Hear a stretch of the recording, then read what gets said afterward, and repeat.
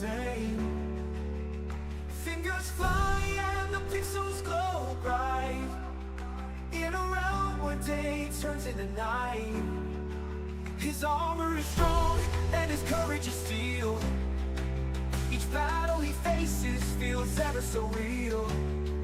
Fans gather round as the countdown begins. Hold on to your seats, let the epic wins.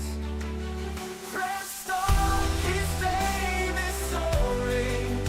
He's the king of this digital land. Join the stream, it's Alameda's glory. Every move is a master plan. He conquers the virtual dragons he slays. With every click, his legend is made. Battles in dungeons or skies that he rides. His journey is epic, with fans by his side. No mission too hard, no quest too far. Alameda rides on like a shooting star. In the world of the pixels, he claims the throne. Through the highs and lows, he never walks alone.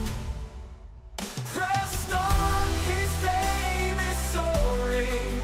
He's the king of this digital land. Join the stream, it's Alameda's glory. Every move is a master plan.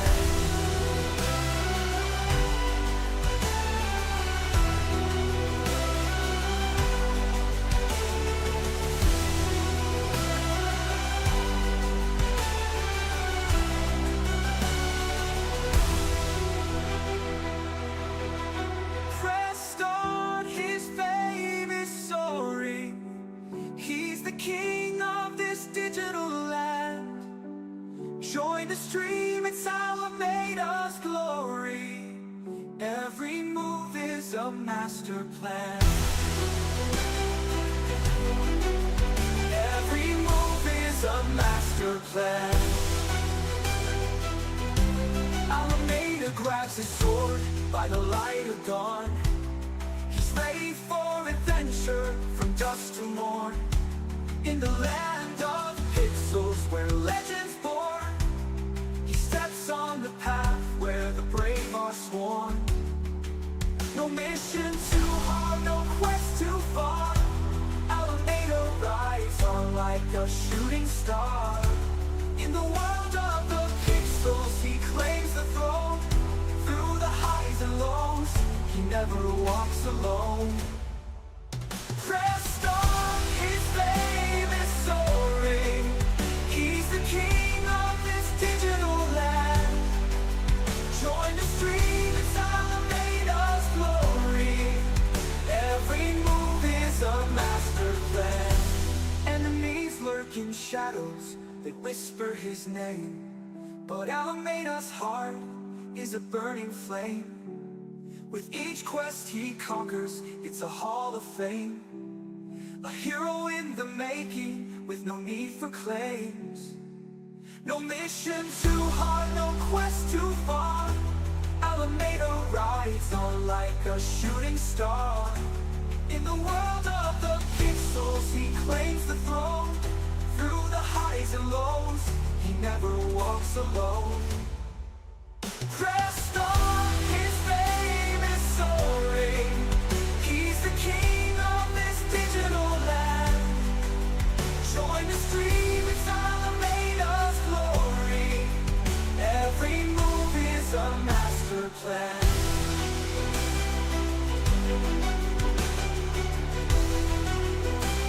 It's a master plan. Every move is a master plan. No mission too hard, no quest too far. Alameda rides on like a shooting star. In the world of the pixels, he claims the throne. Through the highs and lows, he never walks alone. Pressed on, his fame is soaring.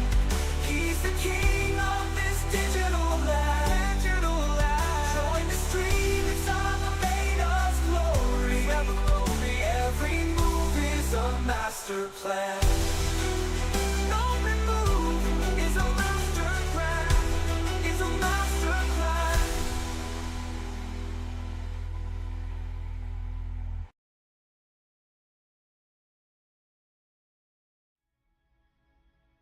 Heyo! What is up, everybody? How y'all doing? Alameda here. And guess what? I have something special for y'all today. All right? What we are doing today, all right? We I got the screen covered up right now. It's not at the live screen like normal. I'm going to be I'm looking at it already. I'm going to be slightly reacting to a AI song about Chuck Norris. All right, not just one, not just two, but Homeboy has 3 videos queued up, ready to go, and then we're gonna jump into our driving lessons today. But the one thing that I just love with Chuck Norris is how how he plays along with these jokes, and he actually came out in an interview one time and he said he loves these jokes. uh my favorite time at which he actually said this was during one of the Expendables movies. um they actually mentioned, it's like, hey man, I heard you got bit by a king cobra. It's like, yeah, after 3 agonizing excruciating days the cobra died. And that was Chuck Norris saying that in the movie. It was great. I love it. I bought a back in my younger days, I bought a Chuck Norris joke book, and it's just amazing to see this legend, like, healthy as can be, still kicking, still doing everything, and still rocking it, basically. So, what we're gonna do? We're gonna jump in, and we're gonna watch this, and hopefully try not to laugh too hard. Oh, I gotta do this. Boop. There we go. All right. Let's pause our music real quick and then hit play. Did you know that I can build a snowman out of rain? Chuck Norris once rubbed 2 fires to create a stick. Chuck Norris guns run. Chuck Norris once rubbed 2 fires to create a stick. uh, oh man, like, just Chuck Norris introing this saying that he built a snowman out of rain. Oh, it's great. Chuck Norris guns run or walk the earth turns for him. Chuck Norris knows Victoria's Secret. I didn't find Chuck Norris on Instagram. He found me once. Chuck Norris hit a horse with an uppercut, and now these animals are called giraffes. Chuck Norris wears sunscreen to protect the sun. Chuck Norris was able to find the page 4004. Are you serious? Oh, that's a good one. I like that one. That is, Chuck Norris was able to find the page 404. uh, for those that don't know, error 404 is a standard cannot find. Yeah, hopefully most of you know that already. Chuck Norris doesn't own a watch. He just decides what time it is. Chuck Norris built a hospital. He was born, and Chuck Norris told his alarm to wake up at 6. Chuck Norris has a diary. It's called the Guinness Book of World Records. Chuck Norris doesn't do push-ups. He just pushes the earth away. Chuck Norris taught the book how to read. Chuck Norris can teach blind people braille and sign language. We get GTA before Chuck Norris is.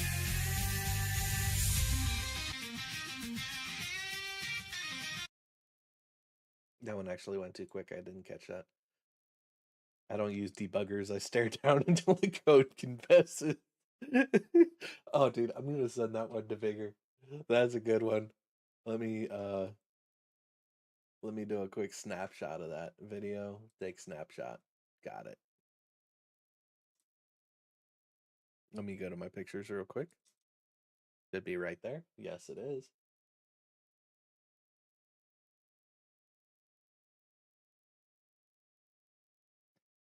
I'm gonna send them.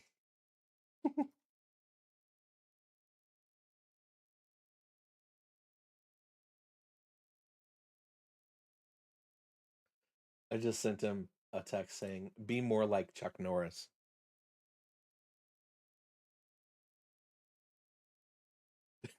And then I sent him that. Duck once had a. Oh, dang it. I'm a slow freaking reader. Chill out, song.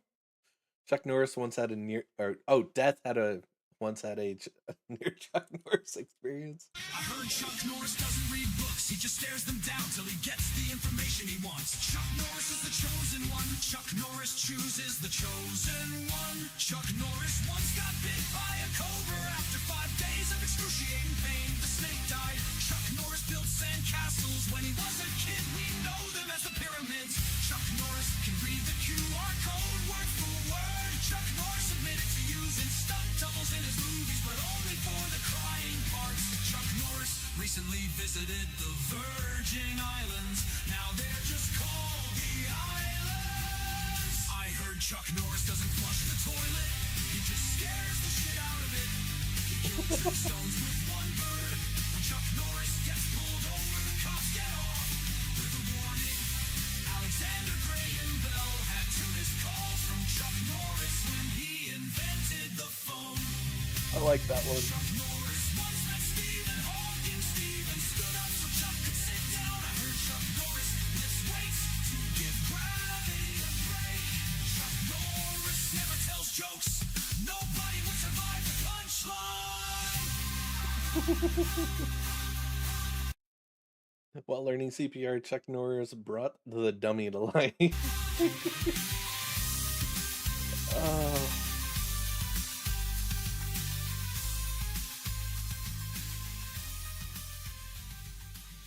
Dude, Chuck Norris is amazing. All right, so that was one. There's 2 more, and this is I'm already tearing up a bit.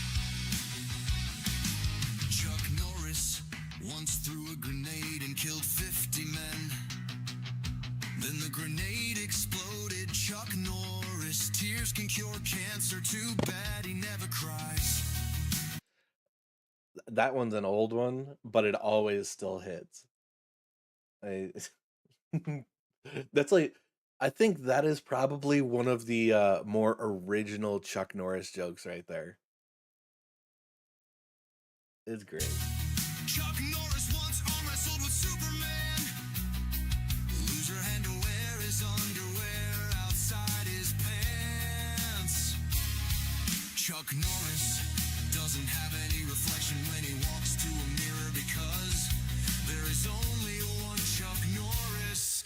Did you know that Chuck Norris played in every Star Wars movie and spin-offs? He was the Force. They once tried to name a bridge after Chuck Norris, but changed their mind because no one will cross Chuck Norris.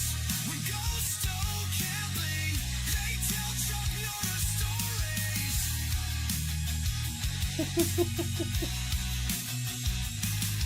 Chuck Norris once pissed in a semi's gas tank. That semi is now known as Optimus Prime. Chuck Norris once beat a dead man to life. When Chuck moved out of his parents' house, he told his dad, "You're the man of the house now."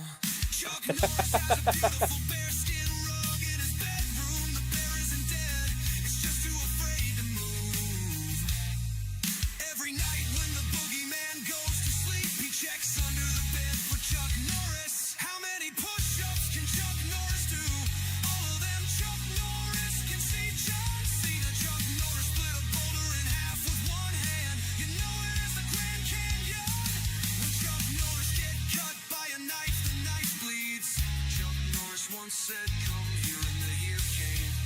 once stared.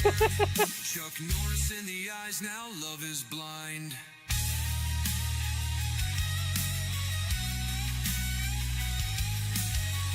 Chuck Norris has counted to infinity twice. An eclipse only happens when the sun wants to hide from Chuck Norris. Chuck Norris makes onions cry. Death once had a near Chuck Norris experience. If you have $5 and Chuck Norris has $5, Chuck Norris has more money than you. Dude, that's bad. Chuck Norris introduced his parents to each other. What? Chuck Norris once heard nothing can kill, and so he tracked down nothing and killed it. Chuck Norris was born with 15 balls. He donated the extra 13. You know the first 7 as the Dragon Balls, and the other 6 as the Infinity Stones. Bruh. Bruh.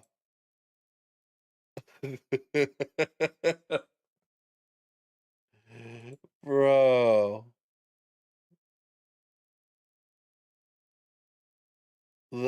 That one's crazy. Dude. Oh. Stones. This video liked and subscribe to Chuck Norris.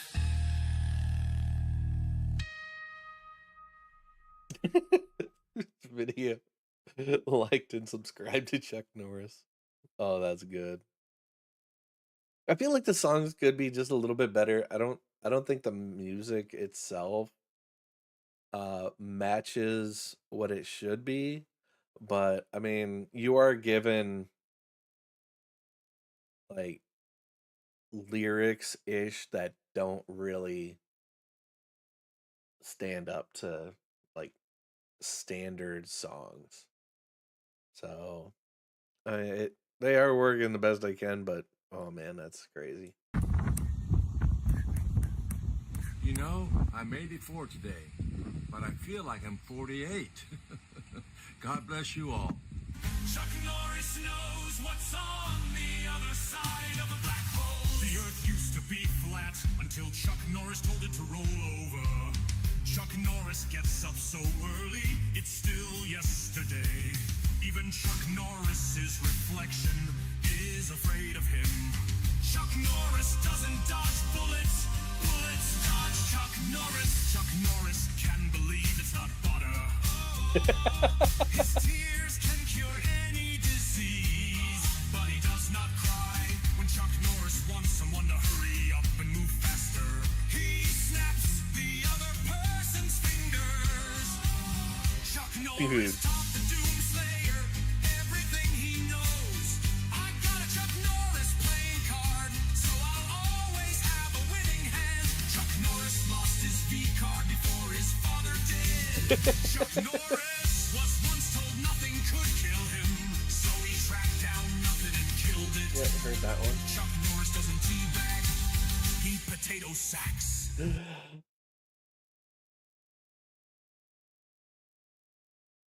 Oh my god. Are you serious?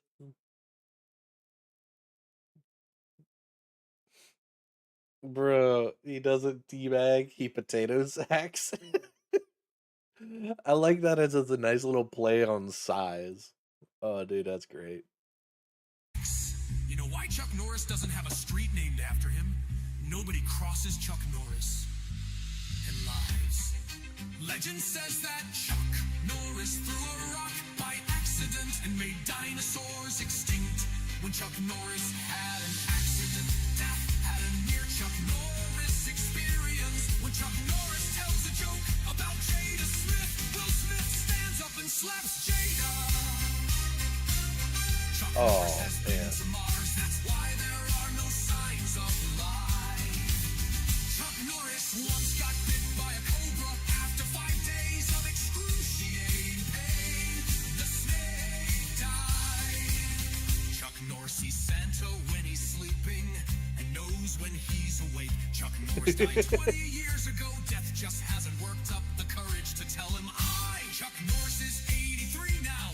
Next year he'll be in his prime. Because anything multiplied by Chuck Norris equals Chuck Norris. Chuck Norris has a diary. It's called the Guinness Book of World Records. I heard Chuck Norris doesn't read books. He just stares them down. A couple of these are repeats. Information he wants. Houston 7:30. Chuck Norris can beat a fish in an underwater breeding contest. Chuck Norris once raised a puppy. God of War fans or Norse mythology fans know the dog is Fenris. Chuck Norris Whoa. will say, whoever sees my videos and don't subscribe to this channel will face the wrath of 1,000 angry Chuck Norrises. But there is only one Chuck Norris. He knows shadow clone jutsu. It's 2025 and the Chuck Norris meme is making a comeback. The world is healing. That's amazing. There's a saying, everything eventually makes its way to be new again. Like, I'm fairly confident. Give it about 10 more years, CDs are gonna make a comeback. I mean, look, vinyl records are making a comeback. They're being sold at Walmart. All right. It's oh man, that's just crazy. All right. Well, now that we got our nice little laugh, I'm pretty sure we can make our own little Chuck Norris jokes every now and then. But let's jump in. We got a few videos to examine. A few Dash Cam Nation ones and a Idiots in Cars. I think I'm only going to do 2 of them today, and then we'll just gonna try to keep a rolling tally of 2 of them. That way I don't run into a day where there's only one. All right. Let's jump into this.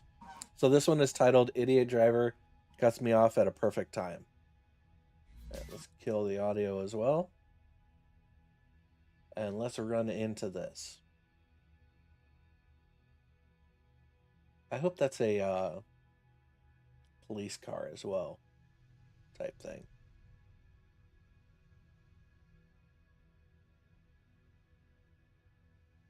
Oh man. Yep, that's a police car right there stopping them. So let's quickly examine that one real quick, just so in case you did miss it, right? They are in a left turn only lane. And they don't have a turn signal on. At that point, the driver kept going and then realized that they were not making a turn. Stopped to prevent the accident, which is good on the cam driver. And then immediately was looking at the cop, and the cop, yep, definitely turned their lights on and pulled him over. That red truck, I think they were very confident in knowing that it was them. However, here's the way this could have actually played out safely. All right. And I can't say for the cop, but if there was nobody behind the cam driver, what should have happened, I think that might have prevented an actual ticket, is this red truck actually stopped, put on their right turn signal to merge into that lane instead of just cutting them off. So they should have put on their turn signal to merge into the lane with the cam driver behind the cam driver. That's a possibility that might have prevented them from getting pulled over. But they should have been able to see the hood. The car right here should be in their rear view, so they're not in a blind spot. They just chose to go. Yeah. And they realized that they messed up because they got their brakes on a little bit. They're riding the brakes, it looks like. Oh, that's I love karma cops. Like, they're right there, and they immediately pull somebody over after they did something wrong, and it's great. Please stop. Please stop. Please stop. You're supposed to yield. You gotta yield. You are supposed to yield. Bro, you have a yield sign. Why are you angry? You have the yield. She has the yield sign. Like, what is.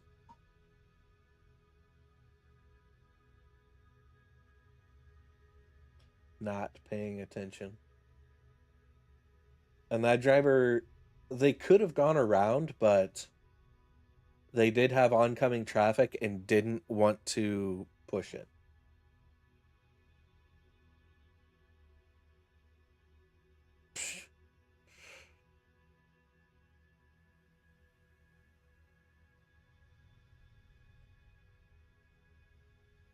Please, please stop. Please stop. Please, this is like a train wreck happening.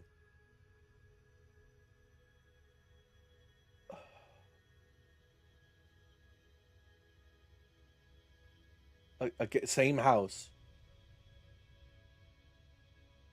Wonder if it's the same driver. Please stop. Please stop. Please stop. Please.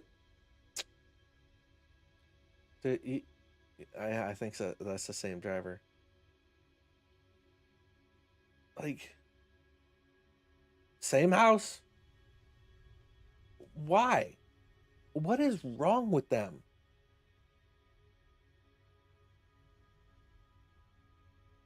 That's 3 backup failures all at once. That's 3 different cars also that got. How many cars do they got? That's crazy. Why are they hugging a double yellow line?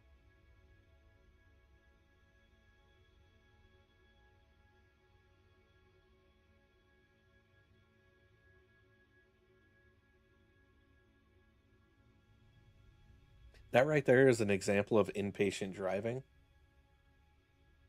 Another impatient driver driving on the wrong side of the road.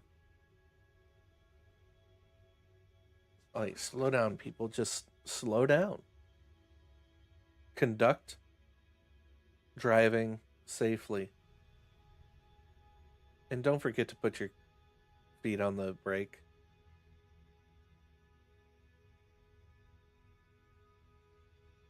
Ugh.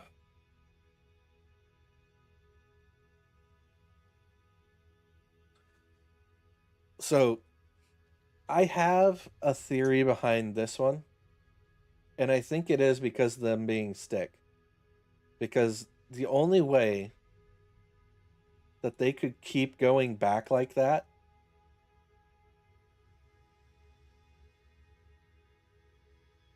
without or is there reverse lights? Are those reverse lights on? No, it just looks like it.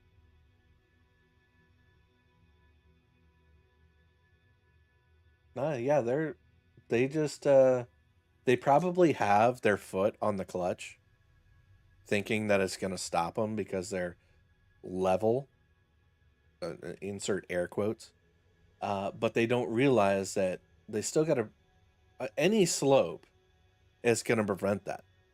The only cars that do stop a slope are automatic, and those are the newer ones. Like, my truck has slope assist, and it freaked me out the first time that I found out, because I was expecting that as soon as I let my foot off the brake, my truck was going to roll back. No, it recognized that I was on a slope, and this is in Seattle.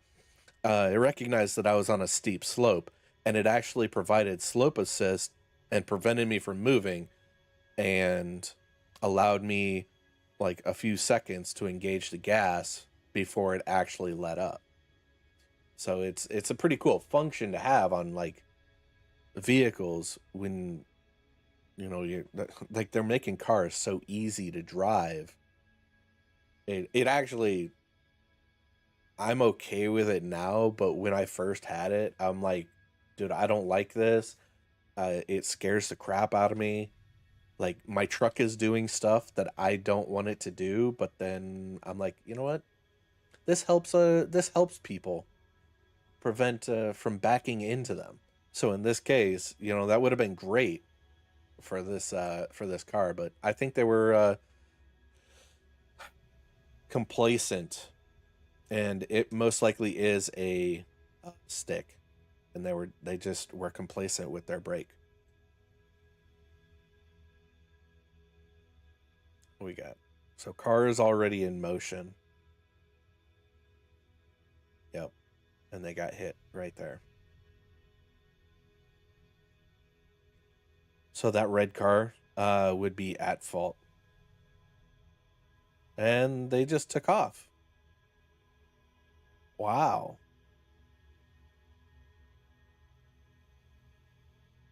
So, all right, so we're in a parking lot. Let's pull up who has the right of way. All right, in a parking lot. So let's Google Gemini this. We are going to delete that. I don't want that showing.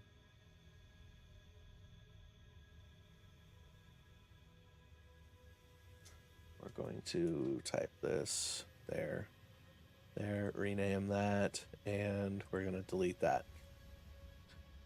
All right, so here we have Google Gemini. I do like Google Gemini does work. I have actually utilized Google Gemini to help track down certain information that I would find a little bit more difficult to search, right? So, for example, I was searching for a song, and I gave it part of the lyrics, but it wasn't the song that I was looking for. I kept and that's where this one is. Sorry, actually, it was this one. I kept the chat there, didn't mess with it, and then I eventually found the song. And I said, hey, this is the song that I was actually looking for. And they were like, oh, yeah, you're right. The lyrics were actually in this song. I wasn't thinking this song because of this reason, blah, blah, blah. And almost every interaction that I have with Google Gemini, I want to believe that it's improving its interaction with other people as well. Like I was using Gemini to actually answer certain questions on a exam, just because I wanted to know if Google would get them right or if I'm just losing my mind at this exam. And I'd ask Google, and sure enough, it's hitting a 95% right. And then it would just get stuck on certain questions. And I'm like, these are the questions that I would get wrong. And Google was like, dude, it's this. No, I'm not talking to... Jeez. Stop. Fucking... Google activated on my phone. Alright, that was not right. But I gotta laugh at that one. Anyways, like, it was getting these questions wrong, and I was getting the questions wrong. So I'm sitting here and trying to figure out the answer to these questions, and then go, all right, here's the actual answer to this question. And they're like, there was one of the questions where I put it in, I was like, here's the actual answer. They're like, I can see that, but I still say that this is the more appropriate answer. I'm like, bro, you and me both, Google. This is the stupidest test in its manner that I had to deal with. So, all right, let's ask Google. We're gonna do a new chat. We're already on a new chat. Who has the right of way in a parking lot. All right, in a parking lot, the right-of-way rule can seem unclear, but there are some general guidelines to follow. General guidelines: vehicle in the through lanes generally have the right-of-way over vehicles entering or exiting parking spaces or feeder lanes. All right, think of through lanes as the main roads within the parking lot. Vehicles in feeder lanes, the lanes with parking spots on the sides, generally have the right of way over vehicles backing out of parking spots. Vehicles backing out of parking spaces must yield to all vehicles traveling in the parking lanes and through lanes, as well as to pedestrians. Pedestrians always have the right of way in a parking lot. I don't need to yield to the vehicle on the right at intersections where there is no stop sign or other traffic control devices. Obey all signs posted. Specific scenarios: pulling in a parking spot, drivers should use their turn signals to indicate two cars backing out simultaneously. Generally, the car on the right has the right of way. Merging lanes. Important considerations: driving slowly or cautious in a parking lot. Expect the unexpected. Beware of the surroundings. Use your turn signal. Make eye contact. When in doubt, yield. It's always better to be safe than sorry.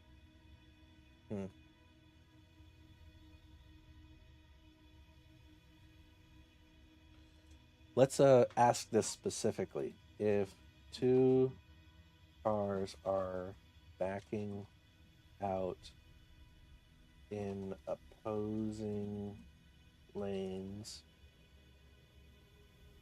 who has the right of way?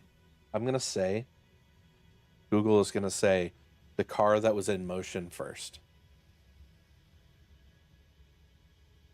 When two cars are backing out in an opposing lane, in general, both drivers typically share at fault in the event of collision. Duty to look: both drivers have a responsibility to look at both vehicles to ensure the way is clear before backing out. Mutual responsibility: since both vehicles are moving in reverse, entering the travel lane, both drivers have a duty to yield to establish traffic flow and be aware of their surroundings, including other vehicles that may also be backing out. Failure: if a collision occurs, it's often seen as both drivers failing to yield to each other while exiting the parking spaces. However, there can be exceptions. Who started backing first? So that is an exception. If it can be clearly established that one car had already begun backing out and was significantly in the lane of travel before the other car started to reverse, the driver who started later may be considered more at fault for yielding to the failing to yield to the other vehicle already moving.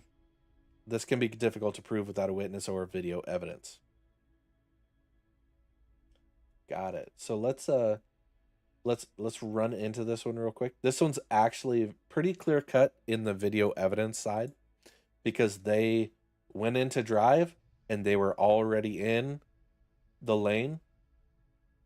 They were almost fully into the lane before they actually started before they left that parking stall. So they're already at a 45-degree angle once they left their parking stall. So 100% red car, mostly shared at fault. But if I were an adjuster and I would say to point full blame on somebody, it would 100% be that red car. I don't like how this car is aggressively driving to try to catch up. It's pretty messed up because they're driving in a manner that is reckless, and they're going to be breaking laws to do this.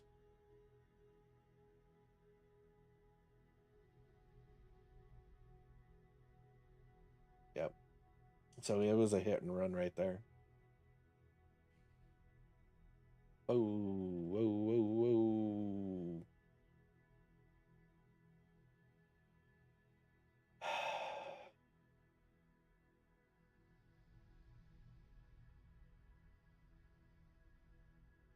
All right. Let's watch that one again. All right. So you see right here, my first indication that something is wrong is this the truck in front of this vehicle darts out. It's too far to see without a turn, if there was a turn signal or not, but they just darted out. And then this one immediately starts pressing on the brake. I'm going to start pressing on the brake as well. However, 80 miles an hour.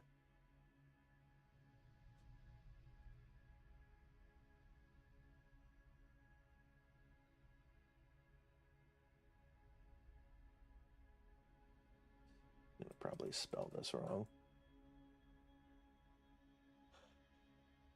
Oh, I spelled it right. 70 miles per hour on interstate and controlled access highways with 4 or more lanes. 65 on all other public roads. It's important to note that these are maximum limits. Lower speed limits may be posted. Got it.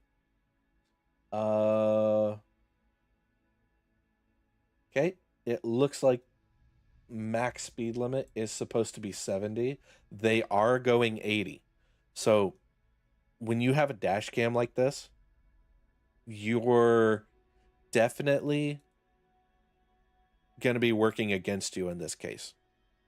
Now, on an insurance claim, I would put this cam driver partially at fault because they were exceeding the speed limit and they were following too close for conditions.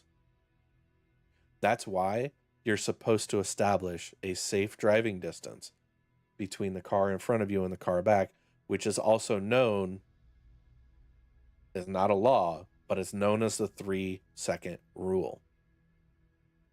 Try to establish a 3-second time frame between the car in front of you and the car and your car when you're at the speed limit on an interstate. All right. What we're going to do is we are actually going to type this 35.848351 and west negative 86 point. I love it when they put the Latin long in here. It allows it so much easier to just find it. So we're on a map, searching. Let's remove this. Let's search that. We are in Tennessee. All right. So we did find our Tennessee. We're going to close this. Let's hop out real quick. All right, so we are driving. That actually looks like the road that we're supposed to be on, in the direction that we're supposed to be going, in the spot that we're supposed to be at. That's cool. All right, so what we're going to do is we're going to move up, and we're actually going to find the speed limit just to make sure that it's 70. Now, as the roads go, after an on-ramp, most DOTs establish the speed limit at that point.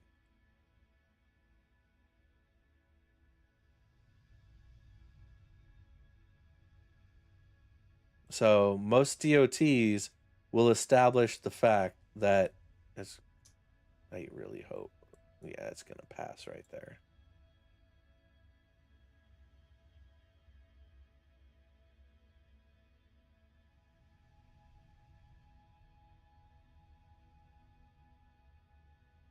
Yep, there it is.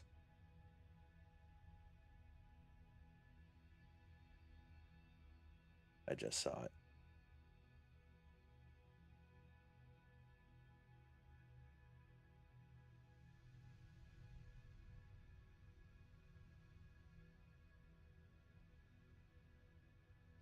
Maybe we can catch it a little bit later.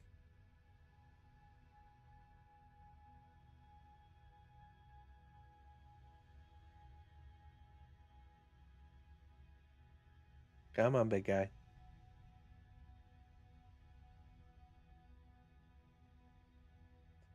Let's jump over here. Maybe it's over here. Maybe we can see this one a little bit better. 99% of the time, the opposing traffics are the same distance or same speed.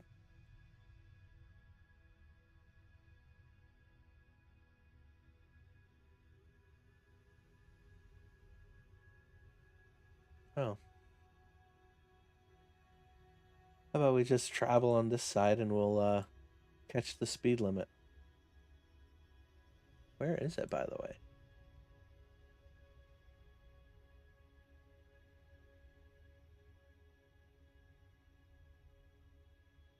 Wow.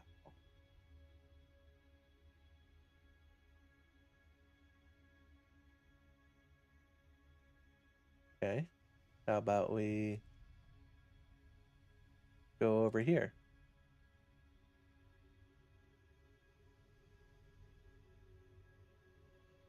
Is that our speed limit?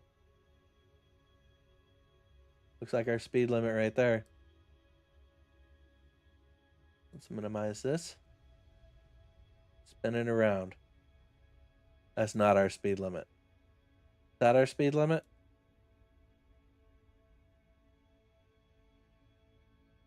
That's a no parking. Wow. Imagine being on a road and not actually knowing the speed limit for this road. Slower traffic, keep right.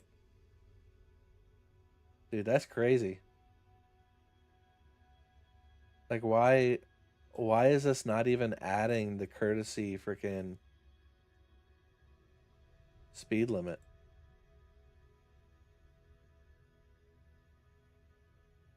Is that is that? Nope, that's an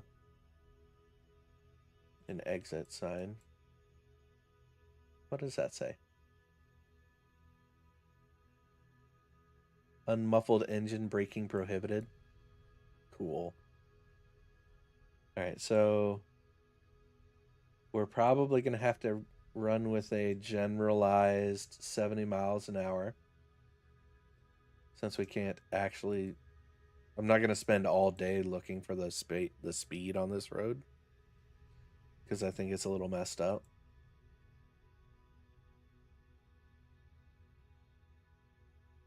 Of course, there's not going to be a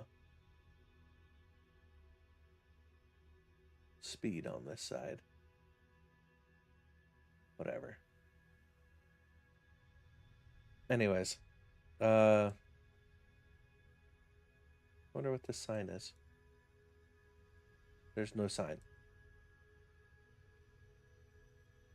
Yeah. So we don't have a speed limit over here. Oh, that's weird. That's because that's a passing lane. Okay.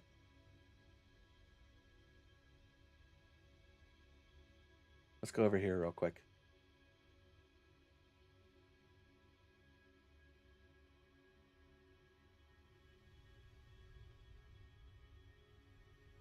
All right. So, given the extent, the speed is about 70, or at least should be around 70 miles an hour on this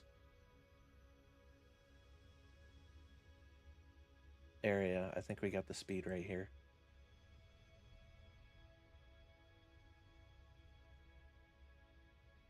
Nope. That's not the speed limit.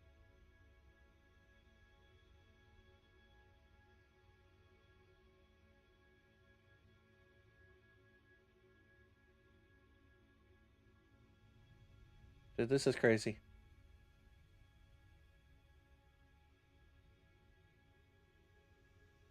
%. Okay, whatever.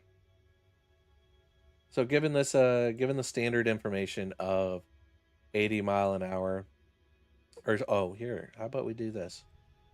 This should actually have it. Okay? Cuz there's no actual freaking off and on ramp right there. So let's go over here.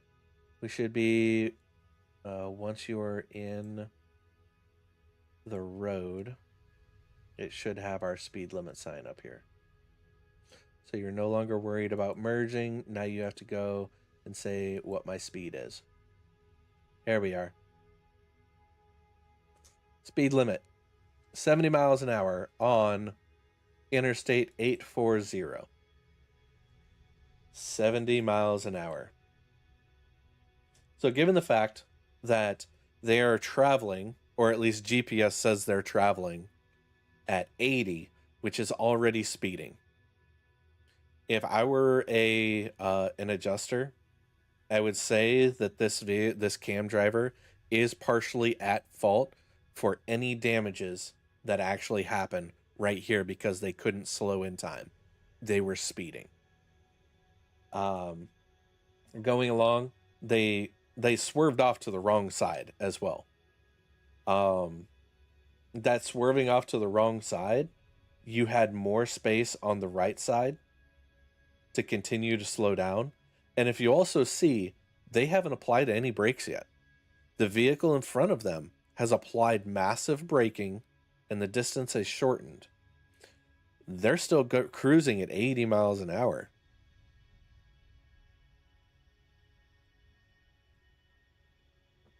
And then they finally hit that brake.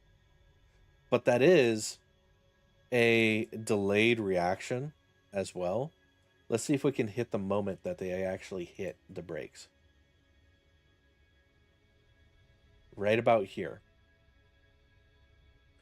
Right about here, I noticed a deflection is when they actually started hitting the brakes.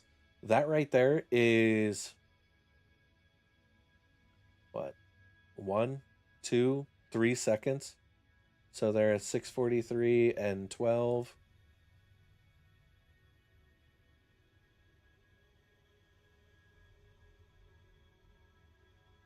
That's a full 2 seconds of brake lights saying, hey, there's an issue. I'm stopping. I'm massively slowing down because I don't know if you can tell how the vehicle in front, their deflection goes. You can tell how hard they pressed on the brakes. If there's no like deflection change, they barely pressed it. There's nothing going on. But if their back end massively raises up when they hit the brakes, kind of like what they just did, because their front end is going down, you can see by that they actually almost slammed on their brakes to cause that. They probably have anti-lock brakes on there. They didn't skid and all that, but they definitely hit their brakes right there. 1,000, 2, 1,000, boom. They started hitting their brakes right there, and then there was plenty of room to maneuver right.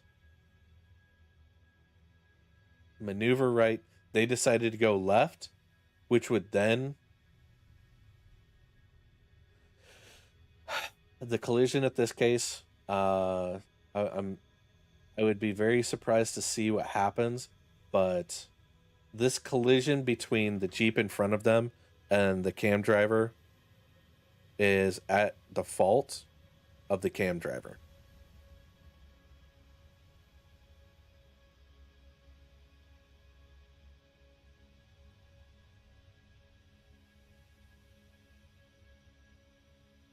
Yeah. Ooh, that car didn't verify it was clear. Oh, dude, that cam driver got away unscathed.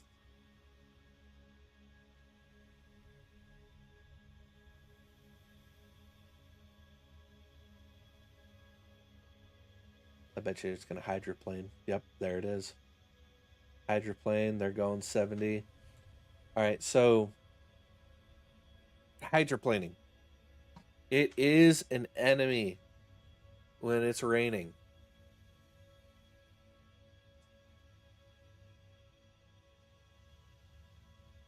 All right. If I remember right, I think it's like 50 miles an hour. This one's just a standard car, right? Yeah, got a standard sedan.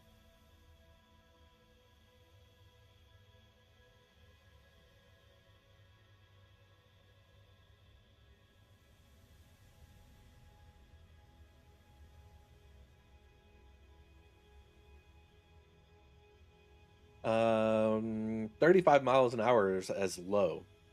However, it's crucial to understand that it's not a fixed number. Several factors influence water depth, vehicle speed. The faster you drive, the less time your tires have to channel the water away. Tire tread depth. That is another key right there. Tire inflation. Yeah. So in summary, while hydroplaning can start at 35 miles an hour, it's not solely dependent on the speed. So yeah, they were going based on the speed right here, zoomed out, a little over 70 miles an hour when that car hydroplaned.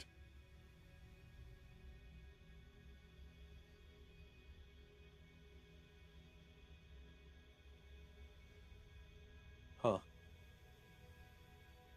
Probably had a tire blowout. Did they say what actually happened?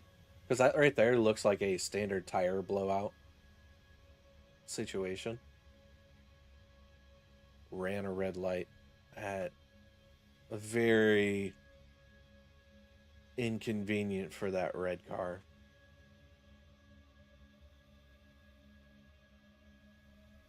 Yep. All right, 1 second. Going back to this car.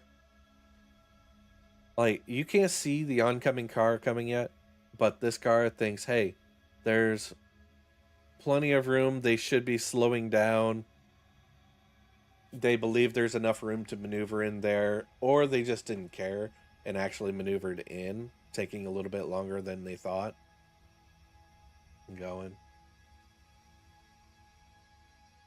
Another running a red light.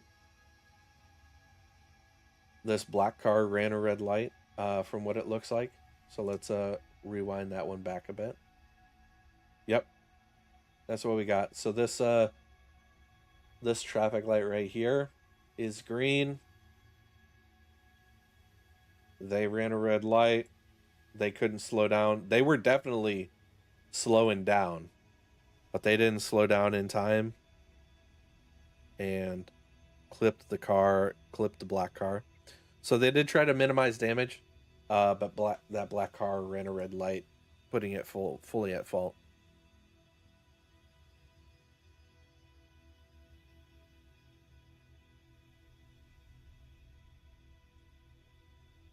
I don't.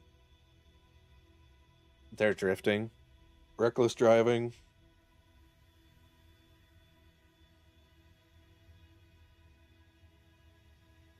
No turn signal. That white truck 100% at fault. They didn't use appropriate turn signals and the lane wasn't clear.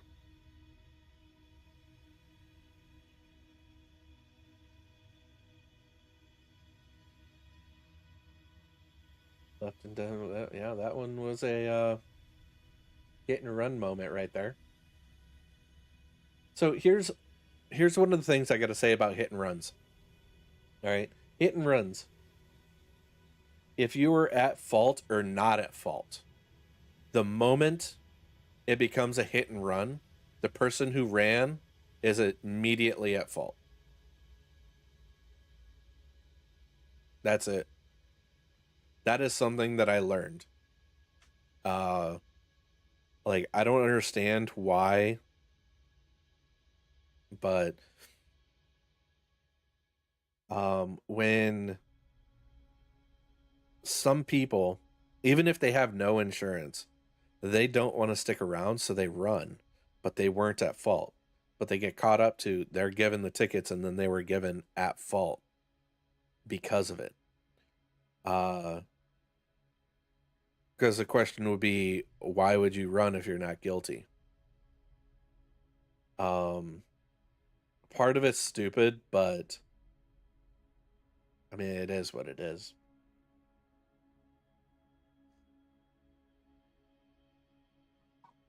All right. Green light, green light, green light, protected arrow.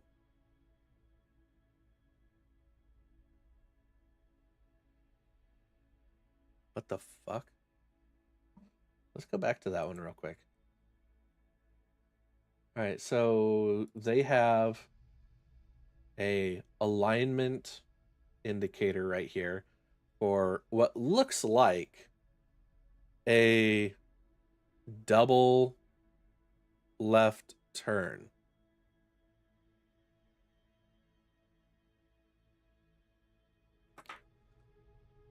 Let's see if we can pull this one up real quick. It just says New Jersey. I see Walnut.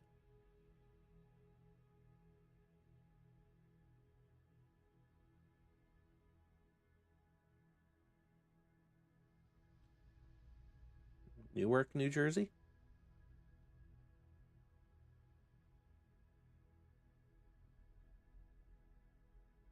No.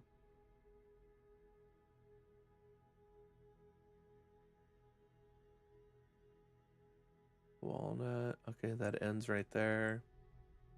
So let's follow that. Nope. Walnut Avenue? Oh, there's a lot of New Jerseys. I can't. Let's see if we can narrow it down a little bit. Davin Avenue.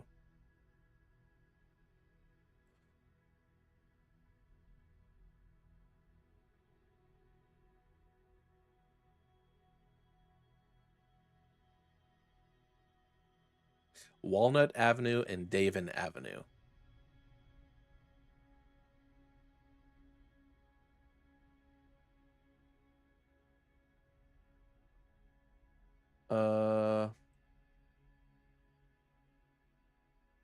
No, that's spelled wrong. Daven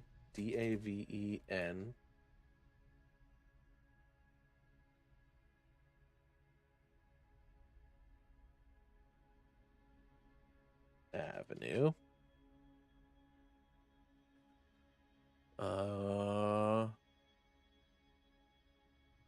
And Walnut.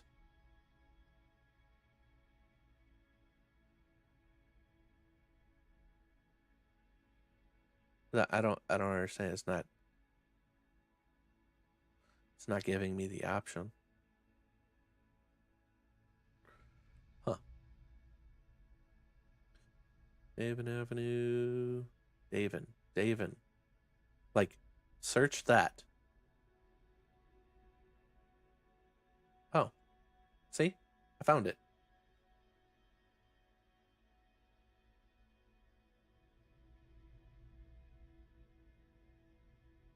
Found it. All I had to do is just actually search that specifically. All right, so we do have a double turn lane as indicated right here. Doesn't show it on this. It's just out of view. It's actually right here, as you can see right here. So it's just out of view to show you that it is a double left turn. So you do have that right there. So the cam driver doing the right thing. They hopefully had their turn signal on. They maintained their lane right there. And then they got cut off by that driver. So had there been contact made, that driver would be at fault for not maintaining lane.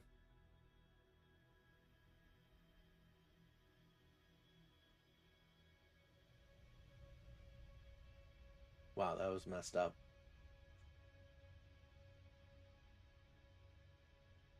Dude, that's crazy. I think there's probably been more than one of those types of accidents at this intersection.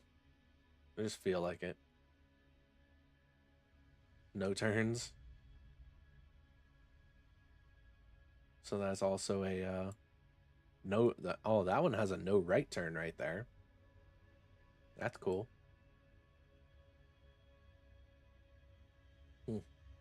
All right, let's see what's next. This one is a standard California one.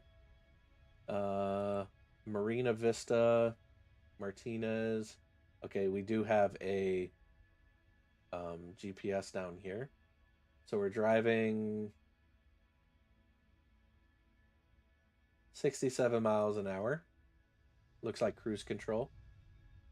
Had to bump the brakes real quick. Instant karma, baby. Nice. They're probably, if they get a if they do get a ticket, it'll probably be unsafe lane change, if anything. Or speeding. Because if this is 65, that car was probably pacing behind them, and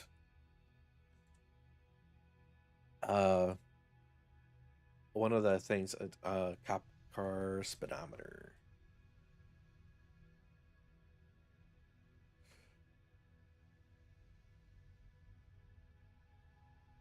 Let me show you something that a lot of people don't actually know. Open image in new window. Right here. There is on a cop car, their speedometer is actually calibrated with a certificate number. So when they say that they paced you, they paced it by roughly going how fast you were by how fast they were going. So if you see a cop car, immediately go behind you and sit there for a while, they're pacing you to see how fast you're going without pulling out the radar gun. Because the radar gun only works when you know two separate speeds. How fast the radar gun is moving and how fast the target's moving. And then there's some slight math in that. Okay? So in this case, if you're being paced, they probably were going 70. So they could be getting pulled over in this case. And if they're not given a warning for, hey, you just cut off this car, because what they saw, oh no, they were actually passing. Okay, so they were definitely going about 66, 65 in that case. They saw the cop come up behind them and freaked the fuck out and moved over, cutting off this car. For some reason, I thought they passed them. Why did I think that? Why did I think that they passed them? Oh, now they were speeding.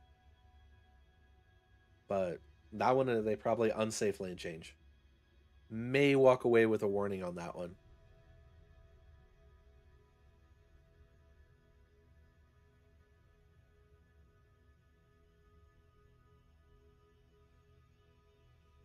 What do we got? Wrong way. Wrong way, driver.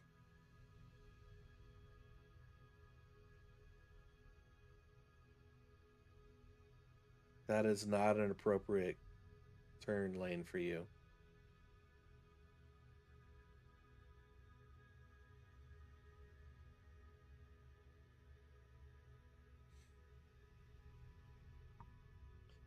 That was not an appropriate turn lane.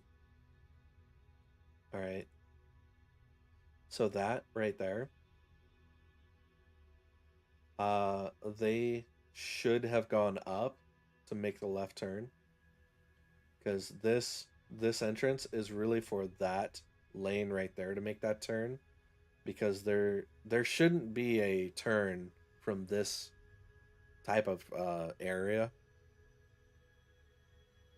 because it's not a safe turn lane. You actually have a splitting lane right here, and you're crossing into it, not turning over it, but you're crossing into it to make a turn, right?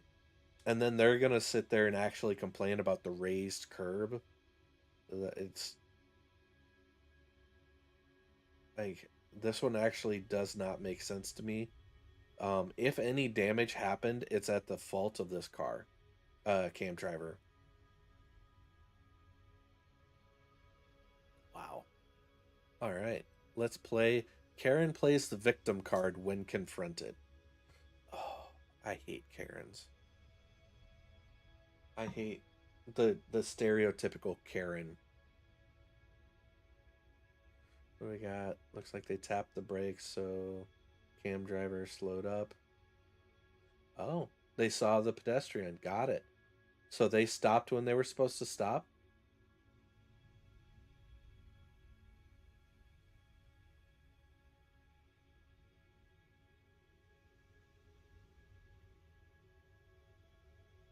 Please don't get out of your car to actually confront them.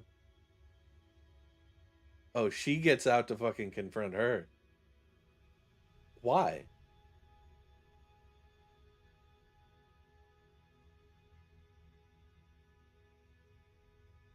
She's yelling to learn how to drive.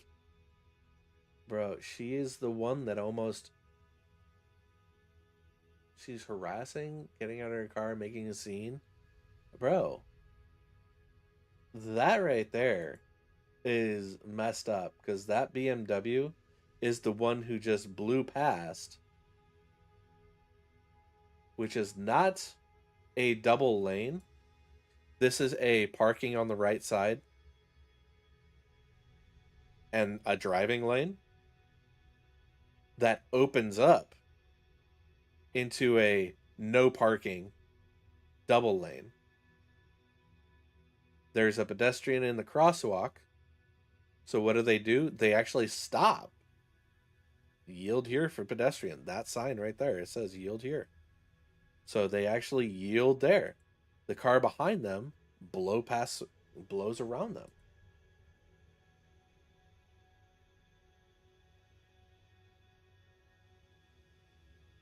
Like, that's messed up.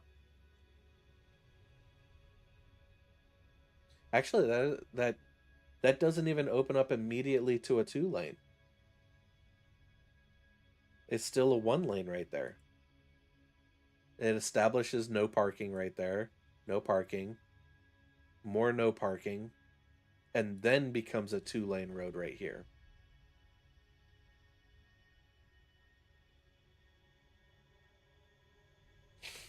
I don't know if the windows were down already. I'm not listening to the audio.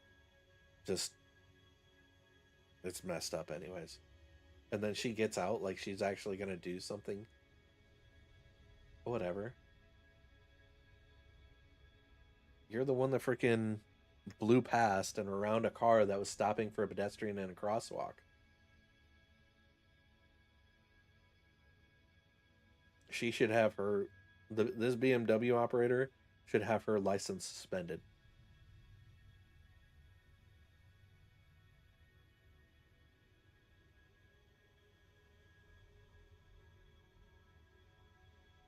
Truck stopped in the middle of the interstate for some reason.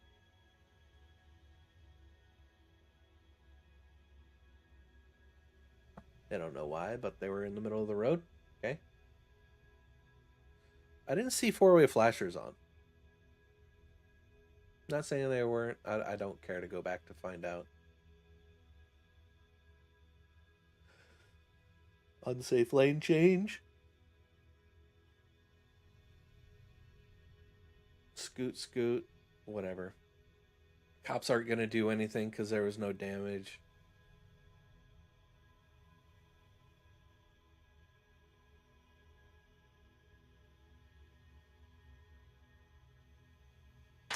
It's another classic. They didn't merge appropriately.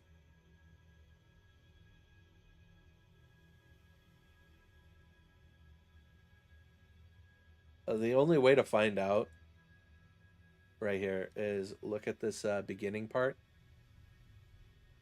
Left lane must turn left. Oh, that's it right there. Oh, no, that's talking about that one. Do not pass. Let's pull this road up real quick.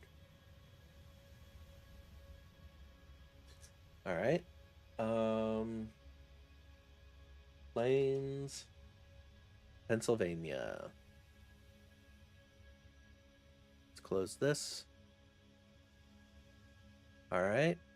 Now we are on PA 315.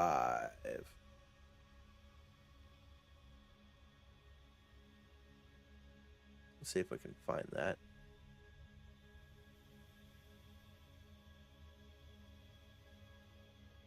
PA 315. Right here. Let's go to this.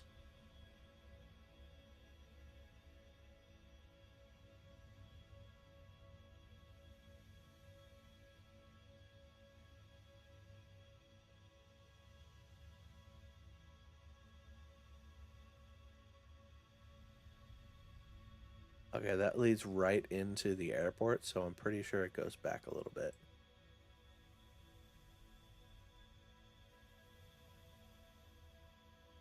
Left lane turns left, moment.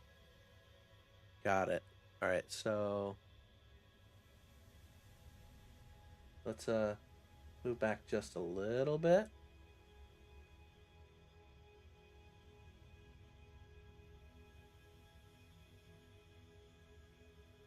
All right. Possibility we're right here in this area. If not, it's further back. Could be right here.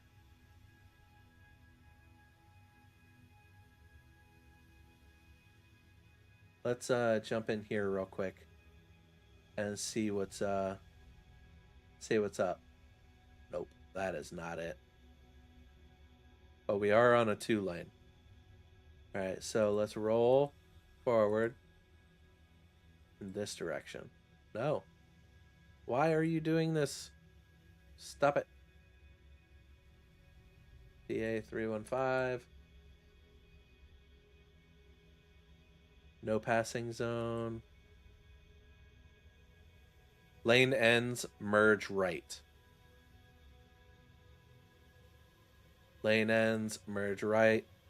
So here we are. Actually, this is where it comes into play. So the lane ends, merge right.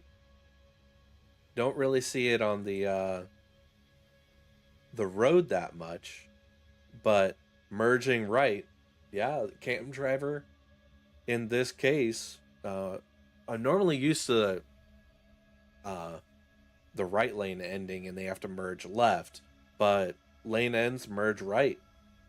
So in this case, cam driver was right. The driver over here, had contact been made, the person who didn't merge appropriately, this car, was in the wrong.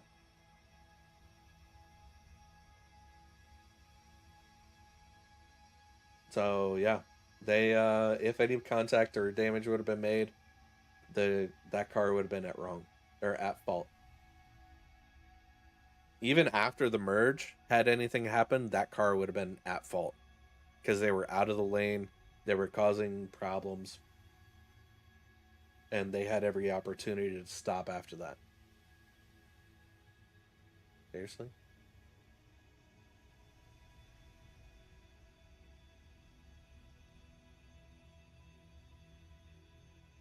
Stupid. Alright, so we have a wide load. Oh, they shook up some insulation and lost it. Bro, it's just insulation. Chill out.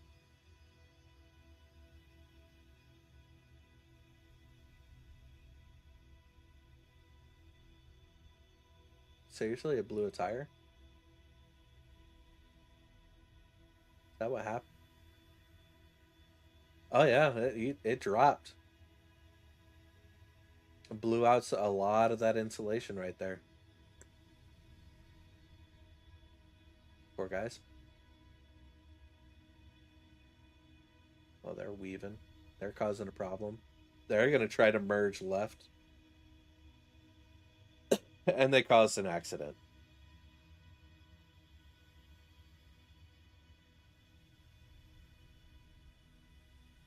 And they're running.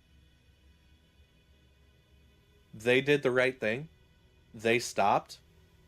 In this manner, maybe this car has a reverse. Oh, so we also got a stolen vehicle. That's one of the bad things about getting a hit and run is, like, if you actually stop and you capture their license plate, bro, it could just be stolen. Like in this manner, I like it was stolen.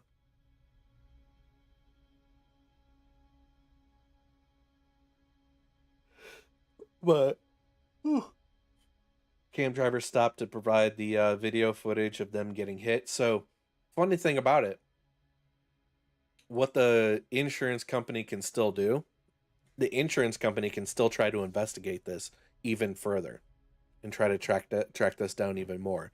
However, what it does is it provides uh this person's insurance company the I'm not at fault, and they'll be able to potentially provide repairs with a deductible without raising rates. And then the insurance company, depending on who they are, they will either reimburse the deductible or have the opposing person's insurance recoup the losses of the full-on repair. It depends on the insurance company. Some insurance companies go, "You're not at fault. We're not paying anything." Um, I have USAA. USAA is very good about going, "Hey, we'll cover," and then they take care of the bill and actually get the opposing party to pay. I've only been in one full-on accident, and both of us had USAA. So my rates stayed the same, but his rates uh probably doubled or increased of some sort. Um like it's great, but also sucks at the same time to have the same insurer. But it's like, hey, that insurance company is going to pay no matter what. So let's get the vehicles paid out, fixed, whatever, and then they figure out who has to settle up after that. Yeah, it sucks that gets that it's like came back stolen. That does suck.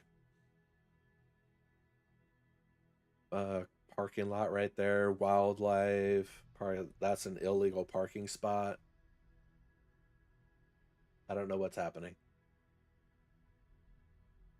Are they trying to?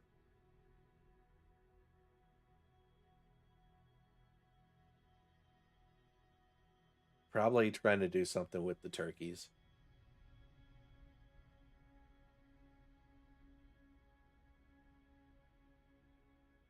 All right. This right here.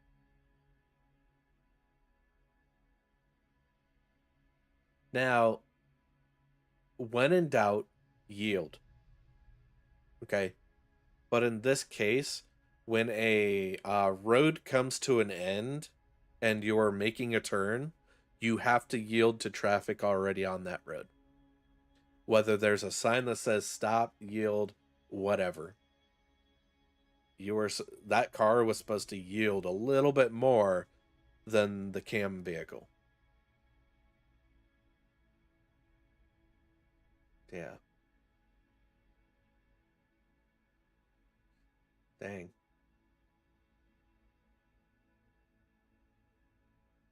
That one would be a little bit harder to place at fault. That red truck definitely should have held up a little bit longer instead of cutting off the car. Instant karma for a cop though. Nice. It's a valid assumption. However, that truck, if he does get a ticket, the only thing I think would be failure to stop. Um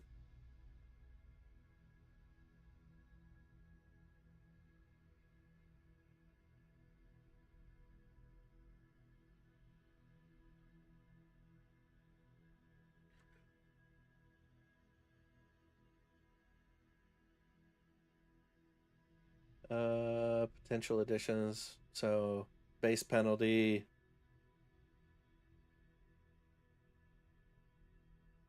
Oh man, negligent driving. And if they, yeah, depending on these, if they're driving without a license or driving without insurance. Dang.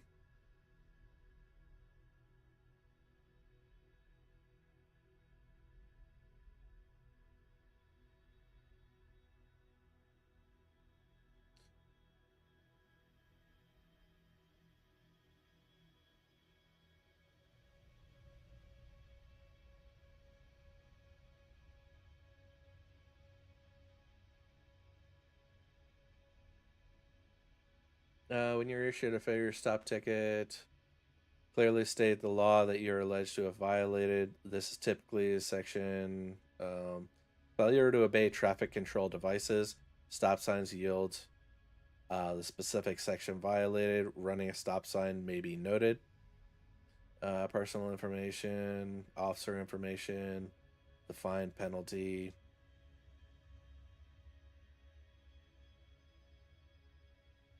I need to reword this. Because I think here's the thing: is he did stop.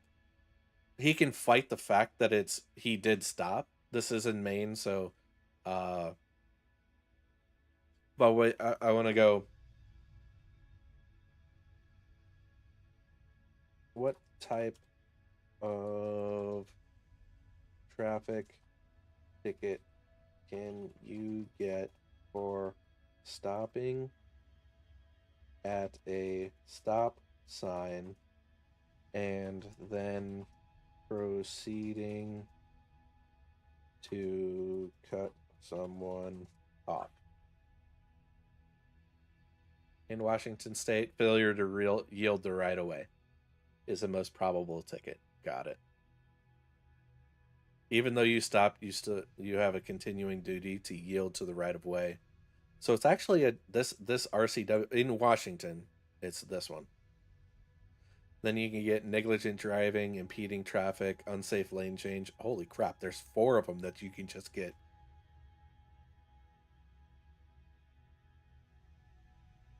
No.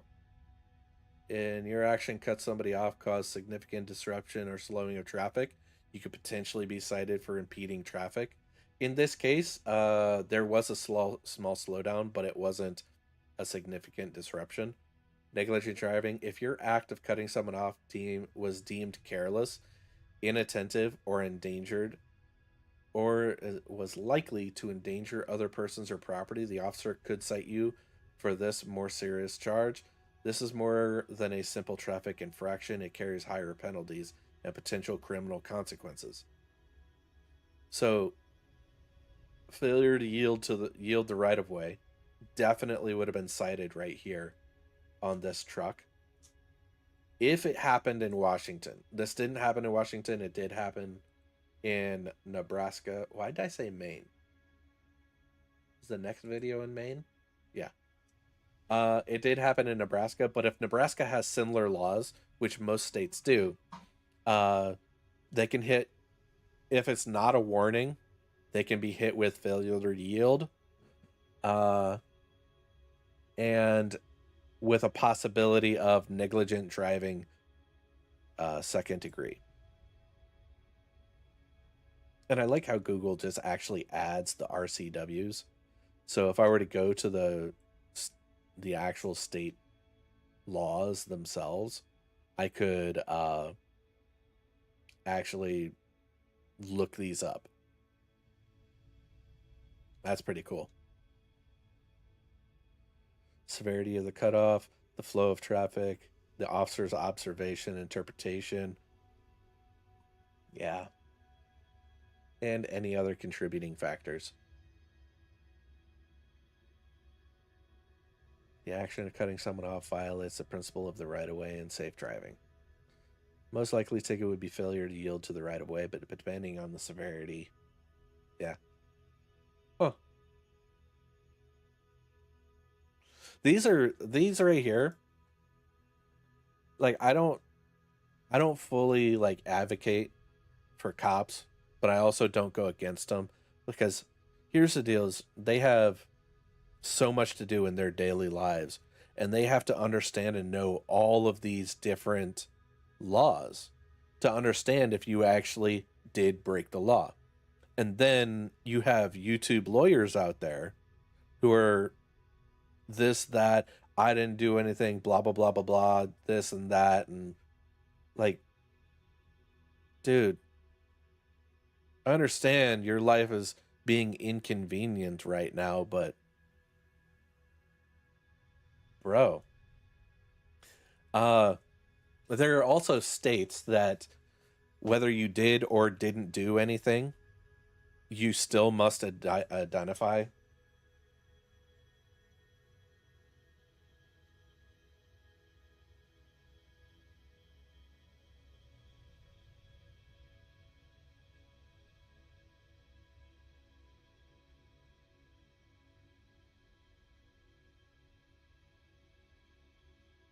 Suspicion.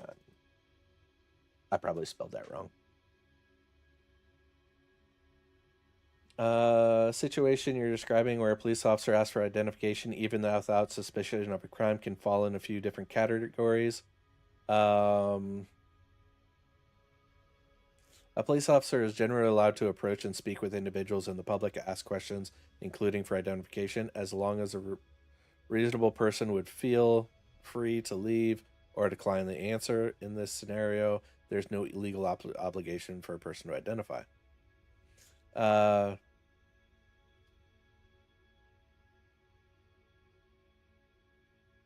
When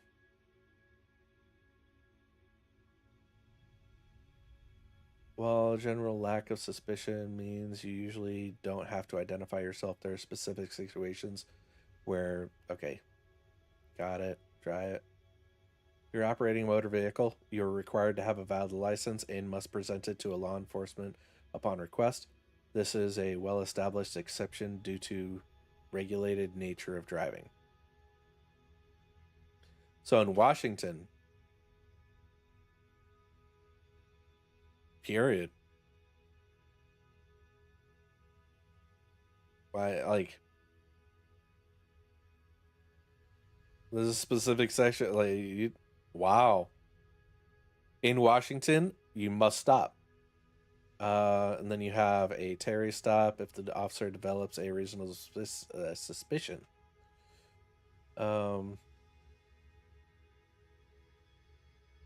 It's crucial to remember that stop and identify laws differ significantly from state to state, which might be required in one state and might not be in Washington. Washington is where I live.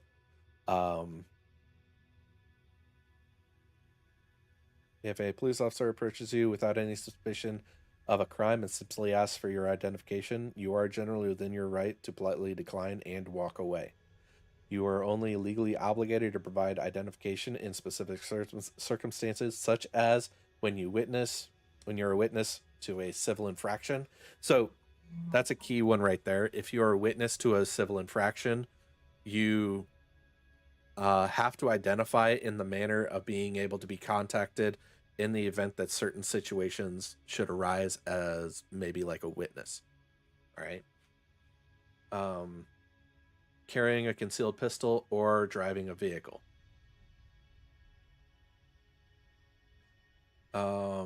If the encounter escalates to a point where you don't feel free to leave, it is no longer consensual and the officer needs legal grounds, reasonable suspicion to detain you. So in this case, being in Washington, what about Nebraska? This is what I like about Gemini.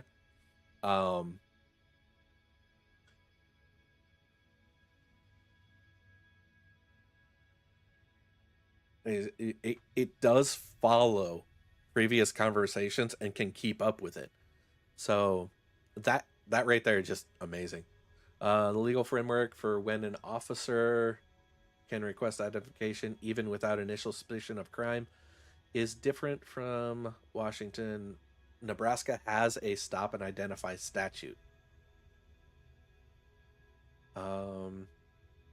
Or a person who is about to commit a crime and may demand him his address and explanation of his actions.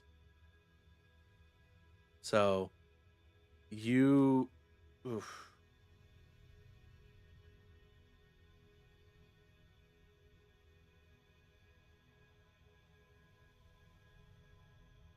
But unlike general allowance for consensual encounters in Washington, where no suspicion is needed to ask for ID, Nebraska's statute explicitly requires reasonable suspicion of criminal activity, past, present, or future, for an officer to demand your name, address, and explanation of your actions.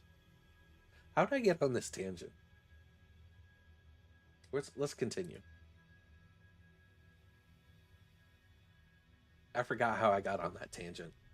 Anyways, that truck was at fault. Alright, so we got a double left turn and failure to maintain lane. Like, it was common courtesy for the cam driver to yield, but they didn't have to. Another person who can't maintain a double left turn. That's like 3 of them today.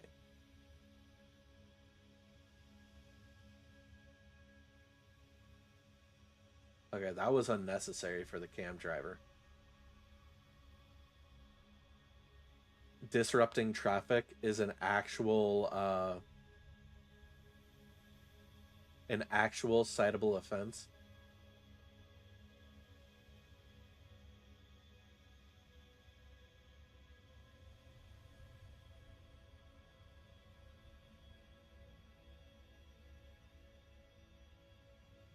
That. So, this situation right here. All right. Had anything happened immediately, this blue car would have been at fault.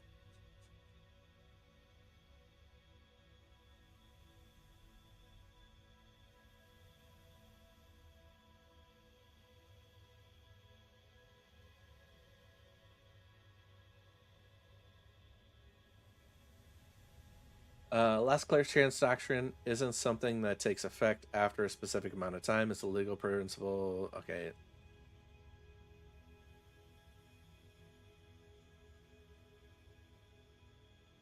Well, whatever. If something happens, like, and you don't do anything for 5 seconds, does the last clear chance doctrine still... Okay. Maybe I worded it wrong, but in this case, it doesn't look like there's any traffic. I don't see headlights over here. But if anything happened right away, that blue car would have been at fault. But there's plenty of chance for this cam driver to avoid the situation. But that's a quote-unquote dick move for that blue car. Yeah, there is still no traffic. So they could have just changed lanes and not actually be disrupted. Ugh. That's a bad... I didn't even need to, like, see them lose control. This situation right here, cutting across this graded area, all right, you lose a lot of your traction. A lot.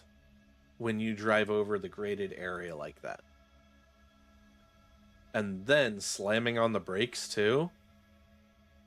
They most likely lost control because of just that situation. Hitting the brakes right there.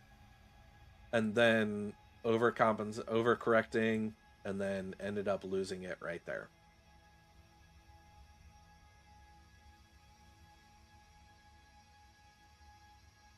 Yeah.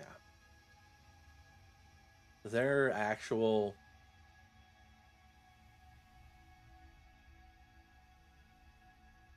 there are actual situations where driving on grades, you're not allowed to do certain actions. For example, here in Washington, you have the Tacoma Narrows Bridge. If you are going northbound on the Tacoma Narrows Bridge, there is a. Let me zoom out real quick, and then I'm going to zoom in on it and try not to dox myself on where I actually live. But there is a sign that actually states on the Tacoma Narrows Bridge. Stupid little thing. There you go. That once you get on there,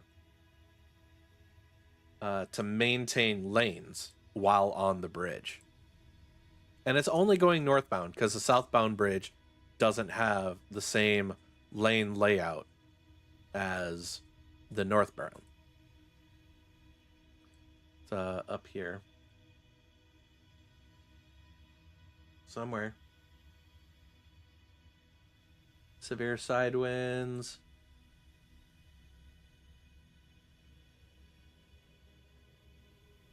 Am I not able to keep going? Where the F is the sign? That. Pedestrians and bicycles prohibited on bridge. I mean, they're prohibited on this one. They're allowed on that one. Weird. I completely missed the... Come on, man.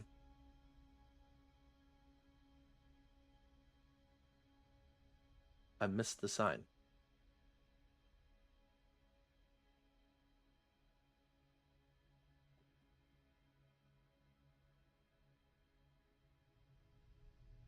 I got Peanut wanting to go outside.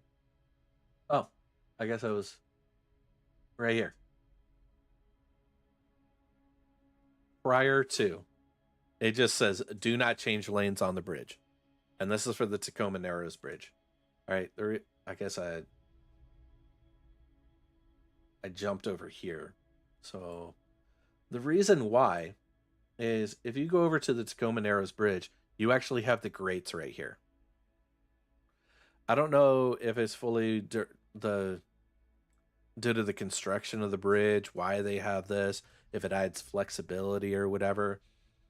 The southbound bridge does not have these grates. And depending on your vehicle, going over these grates, you could potentially lose control. I say could because it's not guaranteed, but the possibility is there. And it is pretty messed up if you do that. All right. So definitely when you run across grates on a road, be careful with it. Yield to it, slow down to it if you need to. Don't erratically drive over it because you can lose control on it. All right. Let's go over to the other side real quick. So the other side has an actual pedestrian walkway. Like you can't really see a lot of people on it, but I'm gonna try to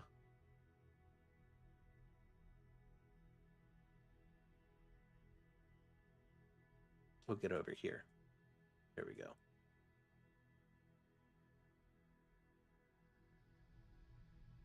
So you have the entire walkway right there for pedestrians. And a lot of pedestrians will actually travel this bridge. They walk, they'll run it, they'll bike ride it. Like there's plenty of room for everybody. You won't see them on this side of this barricade, but they do have, you can't really see it that much right there, but you do see a walkway. All right, let me take a look real quick and see if the top down can actually see it a little bit better.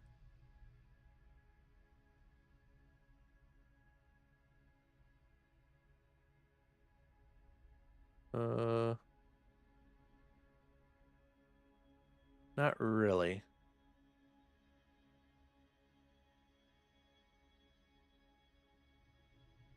But you do see this little narrow way right here merges up, and it does maintain slight distance right here. This is all for pedestrians to travel both directions on the actual bridge itself. So you can actually see it a lot better right here. This is that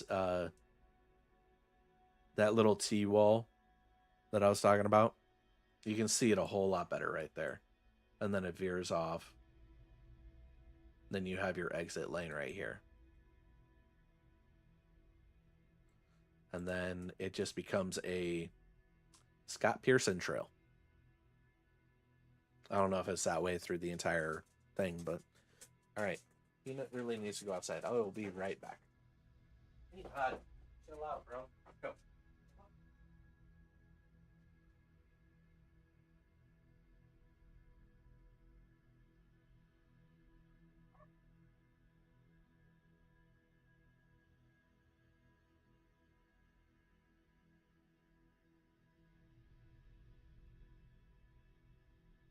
Ooh. Today is a good day to try to mow my yard.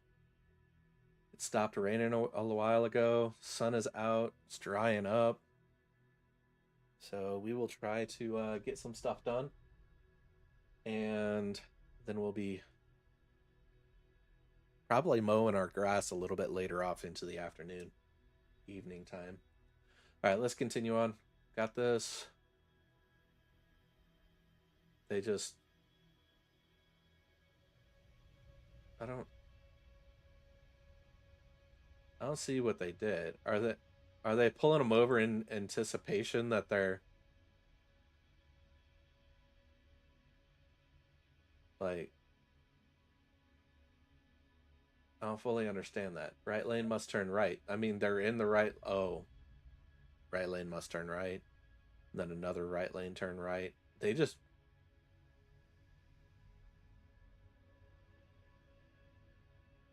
Was that it? Just didn't turn right? Oh, speeders racing to the front, only get stuck. Yeah. Okay. Then we got a bad U-turn right there. Not saying a U-turn is authorized or not, but that was a bad U-turn right there.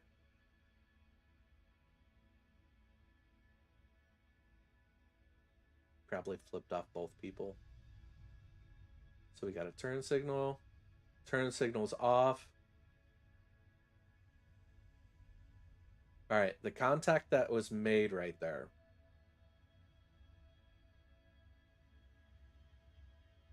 Contact that was made. This car narrowly squeezed between the two. That van at fault. Even though he saw the red car put on their turn signal. There was a phrase I learned a while ago. I said it a couple days ago. I'll say it again. Never trust a turn signal. And this is actually a prime example of why. It shows the driver's intentions, what they want to do. What they actually do may not be actually what their turn signal says.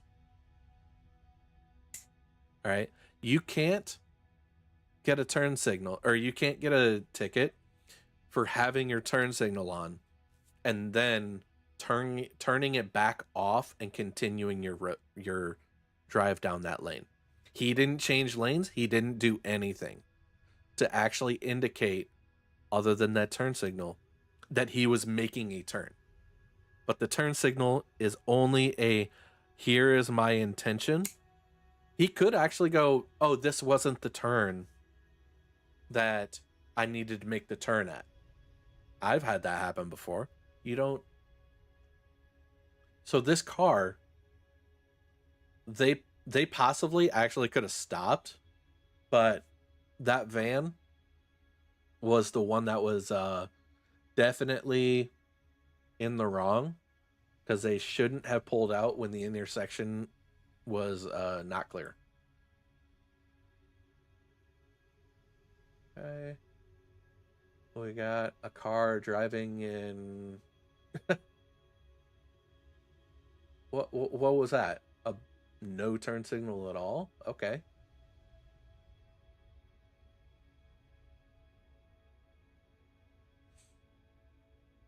That car is probably going to rage a little bit. Oh no, they didn't.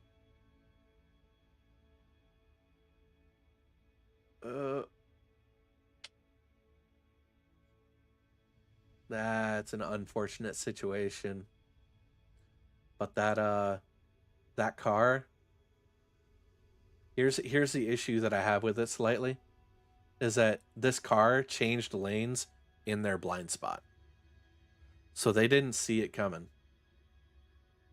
They didn't. So they didn't expect that that car would be there. Yeah. This is why knowing other vehicles' blind spots are important.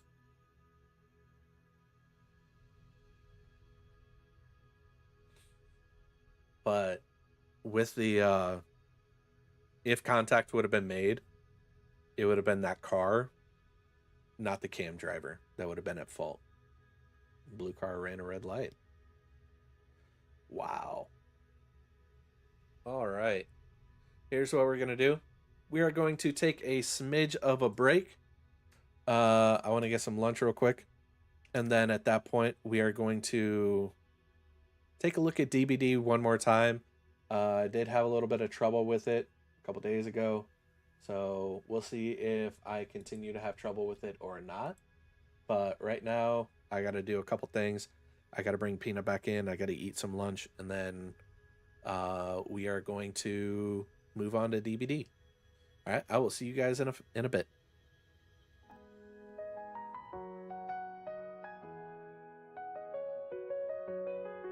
Alameda takes a pause from the screen's bright glow. Controller down, keyboard silent, his skills on show. He stands and stretches, eyes a bit strained, ready to hydrate, his energy regained.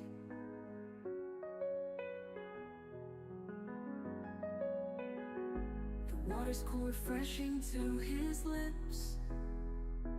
A perfect moment before another round of flips. Nature calls and he heeds with a grin. A short break from battles he's intent to win.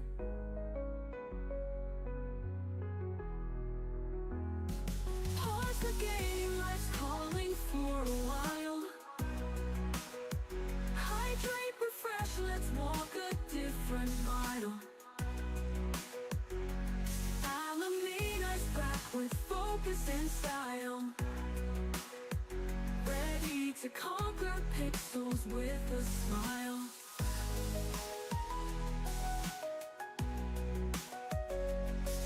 In the quiet peace away from digital fight, he finds balance in this soothing light. A restroom break, a sip of life's grace, then he returns to his virtual race. Back to the game with renewed flair. Alameda's ready for the foes out there. Every break a small victory in the quest to be the best, even with time to rest. Pause the game, life's calling for a while. Hydrate, refresh, let's walk a different mile.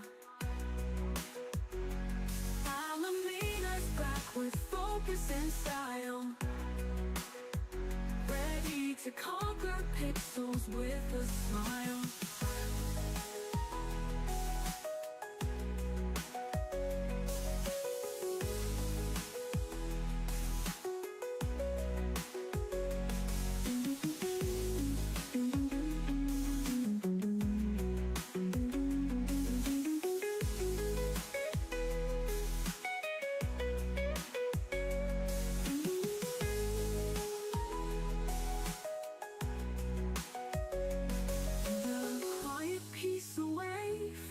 digital fight. He finds balance in this soothing light. A restroom break, a sip of life's grace, then he returns to his virtual race.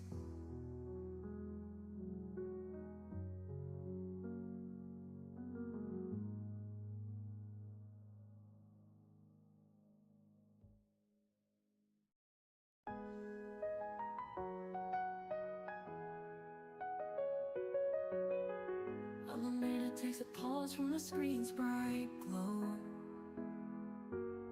Controller down, keyboard silent, his skills on show.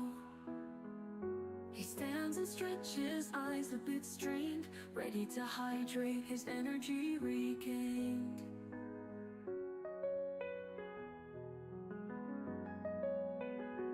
The water's cool, refreshing to his lips. A perfect moment before another round of flips. Nature calls and he heeds with a grin. A short break from battles he's intent to win.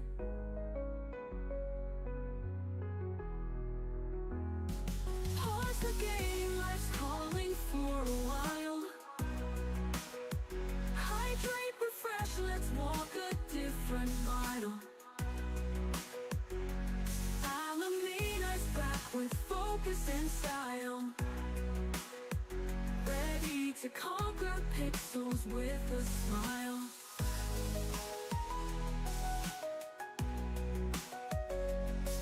In the quiet peace away from digital fight, he finds balance in this soothing light. A restroom break, a sip of life's grace, then he returns to his virtual race. Back to the game with renewed flair.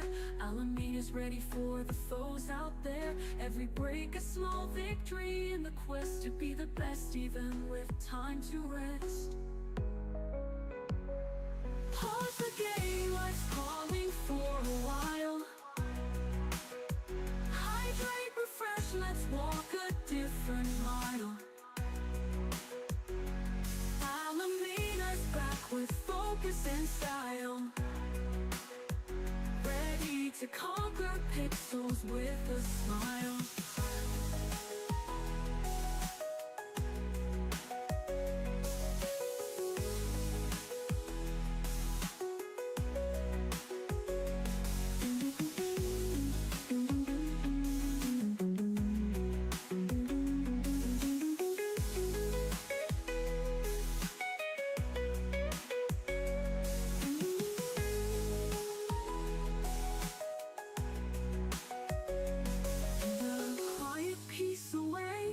Digital fight, he finds balance in this soothing light.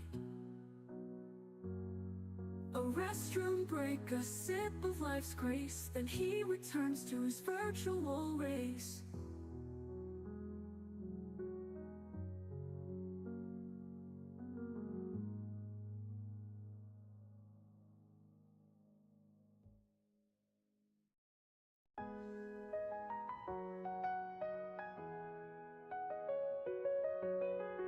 Alameda takes a pause from the screen's bright glow. Controller down, keyboard silent, his skills on show. He stands and stretches, eyes a bit strained, ready to hydrate, his energy regained.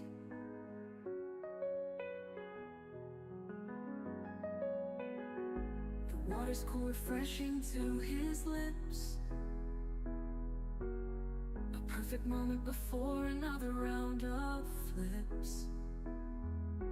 Nature calls and he heeds with a grin. A short break from battles he's intent to win.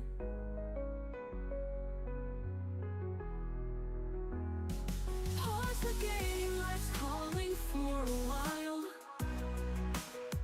Hydrate, refresh, let's walk a different mile. With focus and style, ready to conquer pixels with a smile.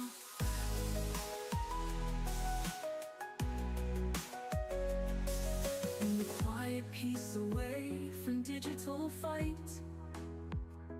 He finds balance in this soothing light.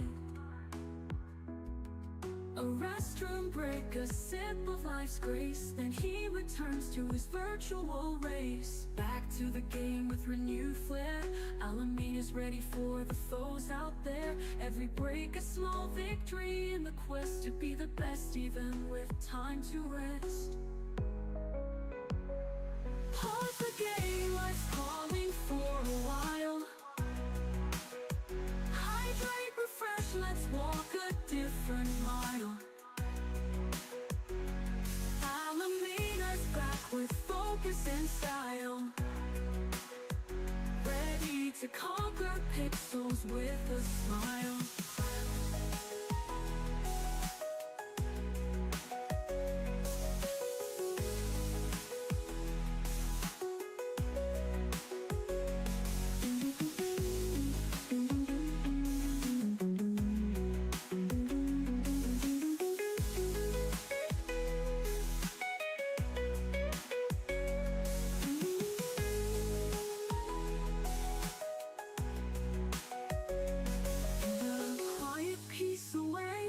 Digital fight. He finds balance in this soothing light. A restroom break, a sip of life's grace, then he returns to his virtual race.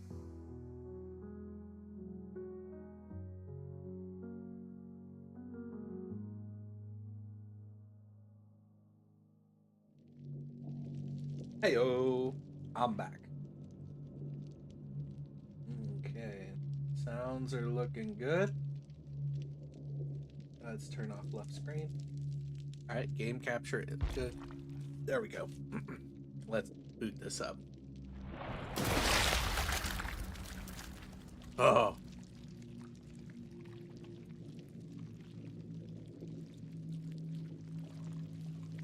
So the last time we played, we ended up getting a timeout. So we'll see if it carried over.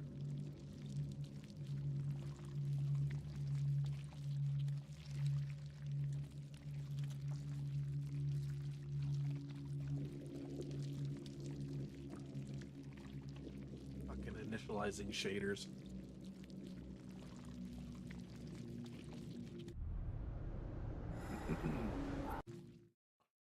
All right. Let's see what we got. Oh.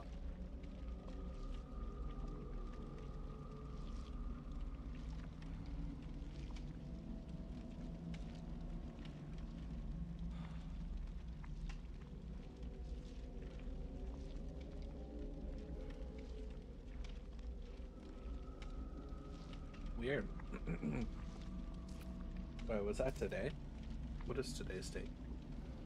Today is in fact the 9th, so this was a bug fix for today.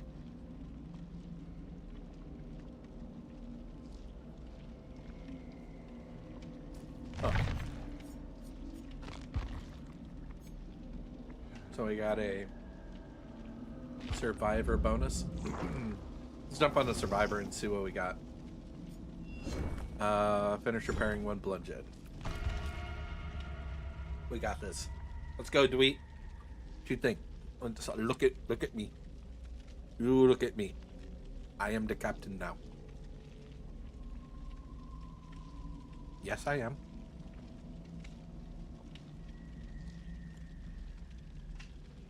I hope I can still.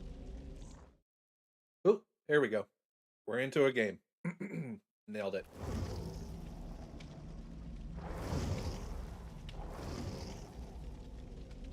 Late Night Larry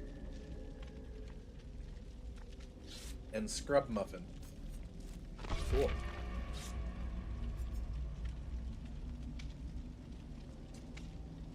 Look at you. Don't look at me like that, Jonah. Alright, team. This is what we got. 75% chance that it's a ghoul. Get some solid gen pushing. I think we got this.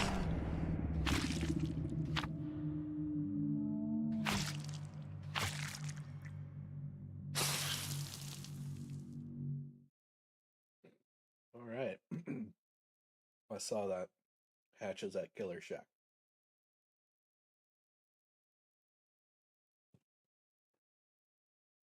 I got little cheese cubes as a part of the meal. And it's like part of the snack as well. Fuck. There's no Killer Shack.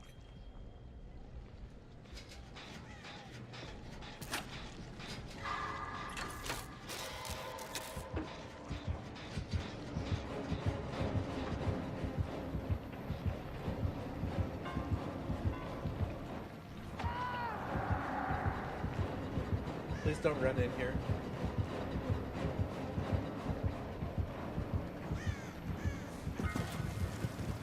Fill that blood can.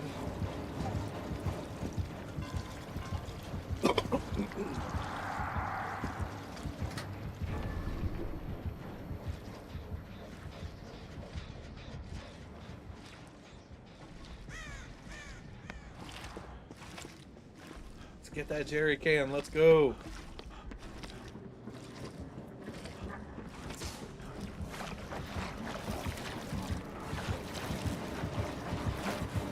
Gotta go. Eek! Miss!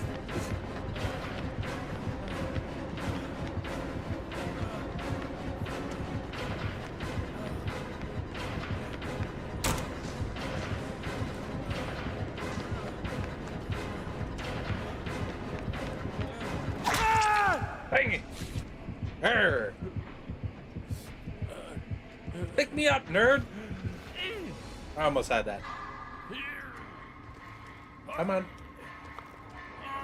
Come on. No, not like this.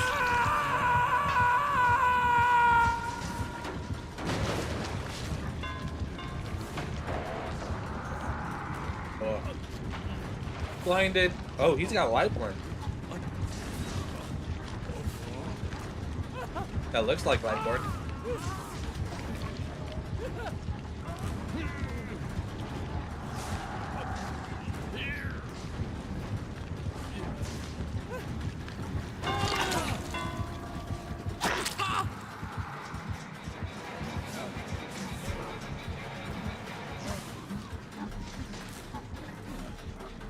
What the heck is that?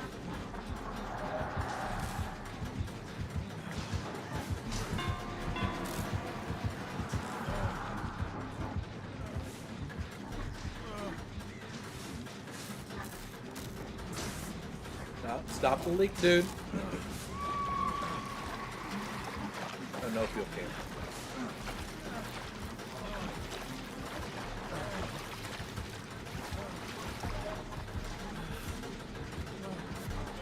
Bro, I started healing you. Come on, nerd. Fuck.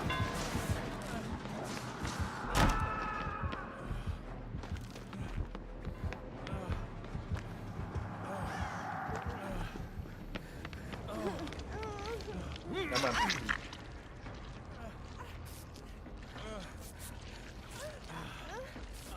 Well, I'm not going to be able to heal myself.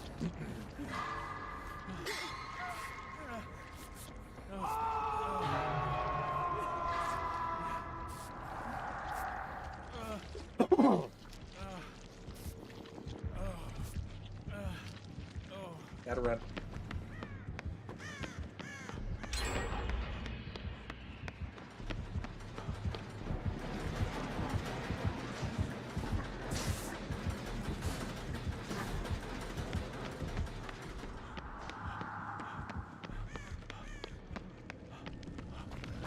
Make the save.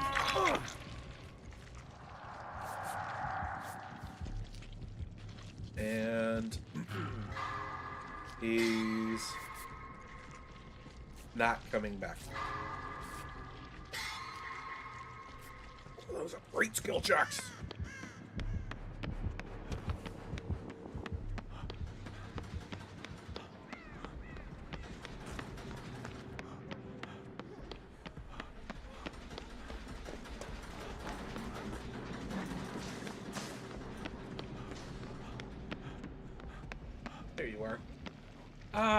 no, that's another.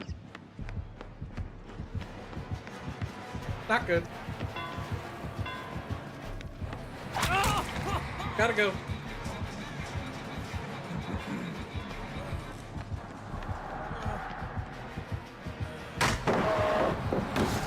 Gotta go.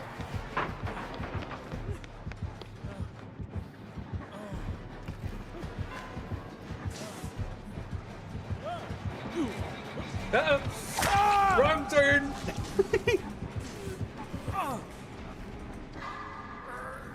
No, not the basement.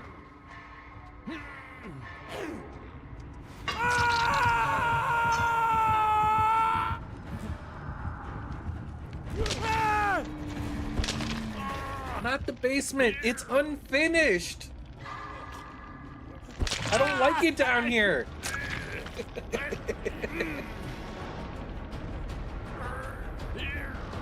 Bro, get out of that locker.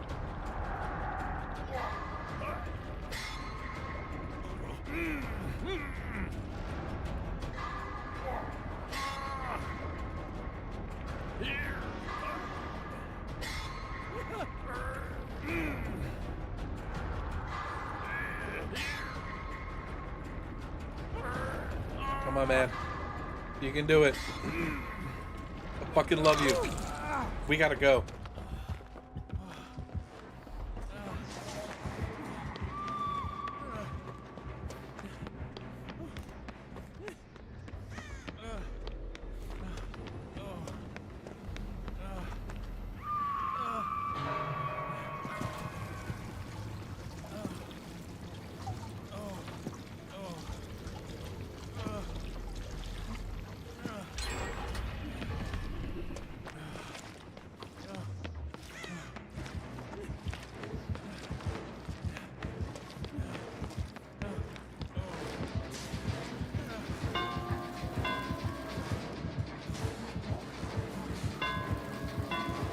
I'm dead. I accept the fact that I am dead.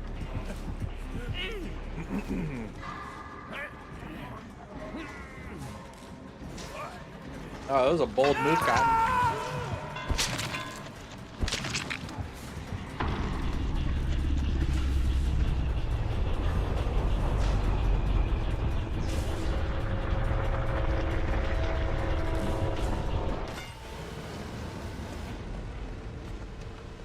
Yeah.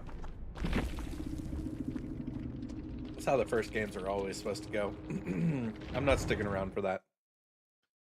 Shut up, Vigor. You and your easy, too easy, wrecked. Whatever. Oh. Hey. That's cool.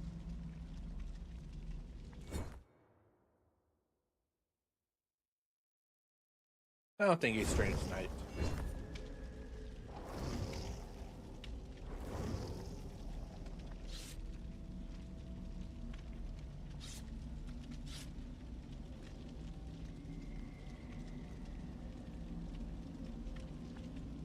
Nope.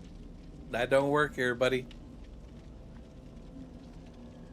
You and your gambling.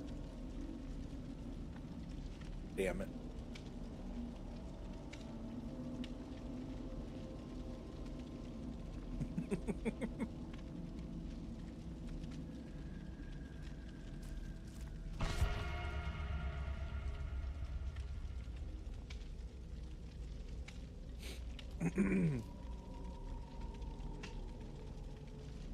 Sucks to be you, bro.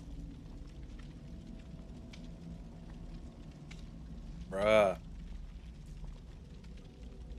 Doesn't that suck? Man, get wrecked. Oh.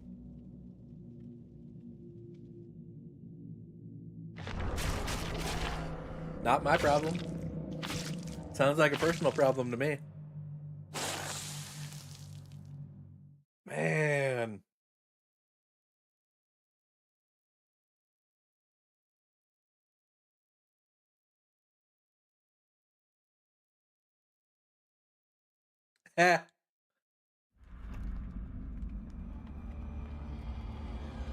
Doesn't that suck?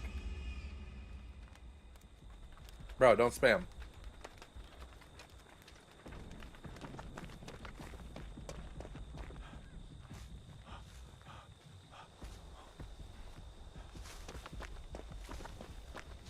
No, I don't. You're just on a bad losing strike.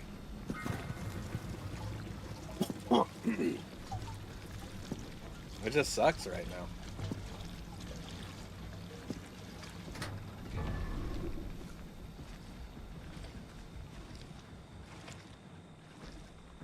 See? You won.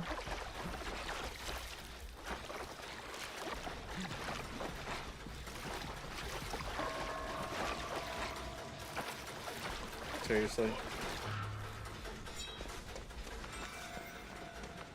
Fill it up!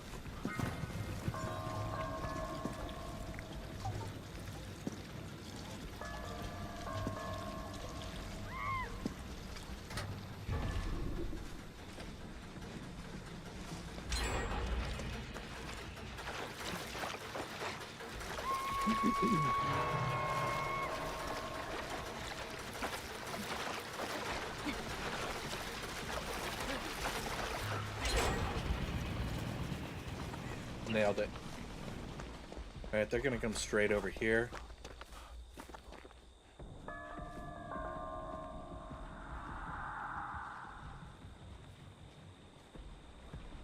Hopefully they do it in that manner. Alright, well, I will just repair a gen over here.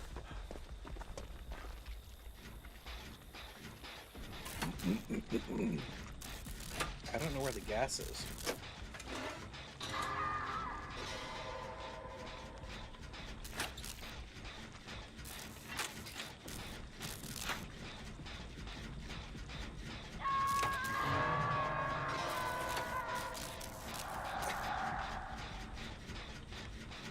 I feel like he's heading towards me. Yep. Ah! Dang it. I gotta get used to the new speeds. Like, holy crap.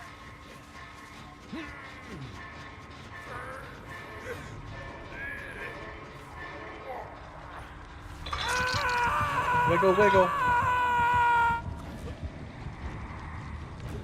Kick, kick.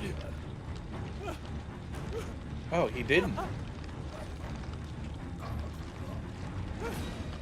Home Slice didn't kick my chin.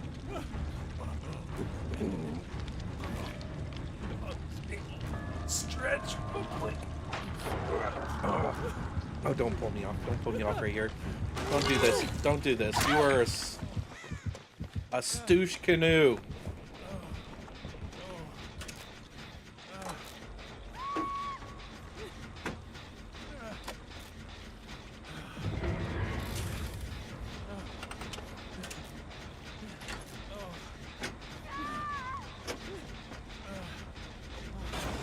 Let's do that.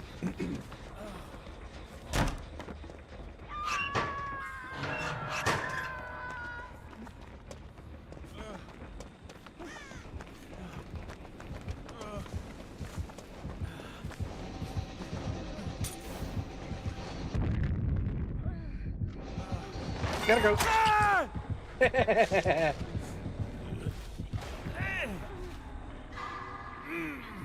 Yeah. Yeah, that's what's up. Oh yeah, you take that hit. Take that hit too. Come on, I'm still wiggling. I'm a fighting. Friends let friends carry breakdown. Come on, bro.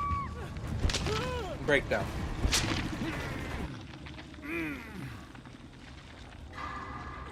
Did I just see them teabag?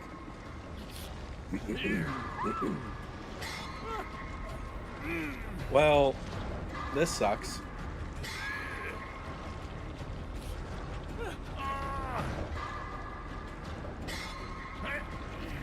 This is what I get for trying to freaking help a freaking fellow survivor.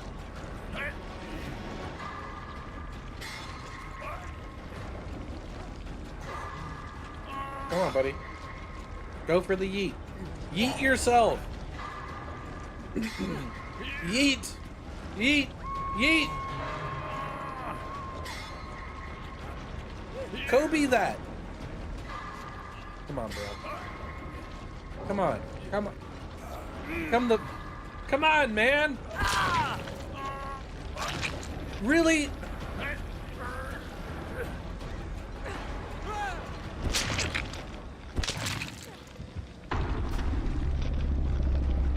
Three of them.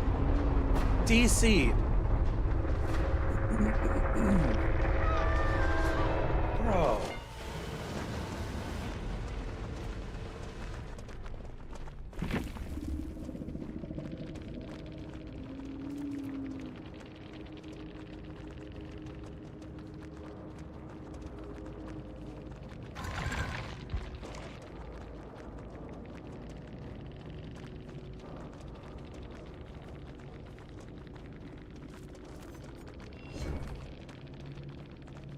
They do.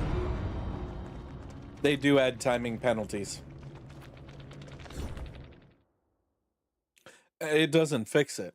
They still do it.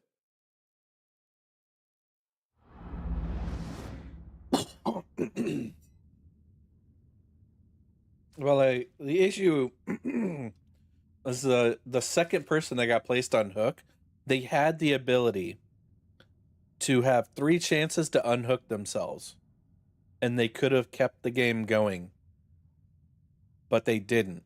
Then it caused the 2 that didn't get hooked to DC, which then caused that one person to DC. It's like, bro, you had the opportunity to at least try to unhook yourself. What? Why? Right?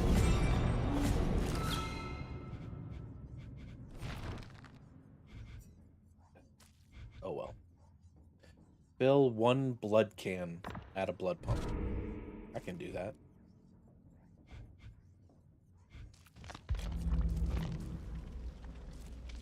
I'm doing it kind of in reverse. A smidge. Do. Do.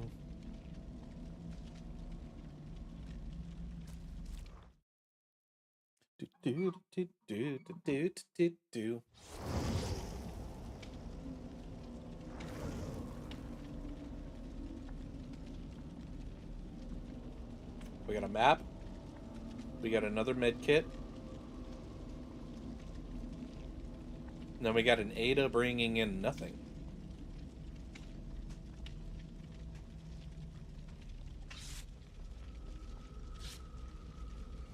Huh.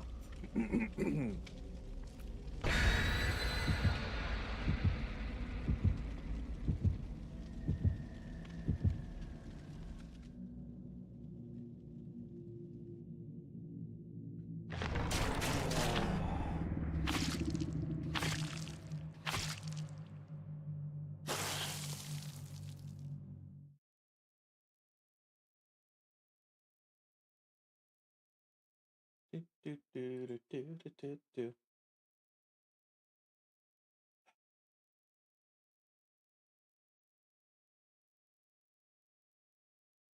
So I'm supposed to receive 1 piece of mail today. And it is a credit card offer. I have requested that all credit card offers stop. I kind of want to rip into Alaskan Airlines and go, look, fuckers, I don't want your credit card. Stop sending me this. They'd be like, why don't you just do this? I'm like, look, bitch, I did. Please stop. I'm tired of shredding your shit. And yes, I shred anything that comes into my house that has my name on it.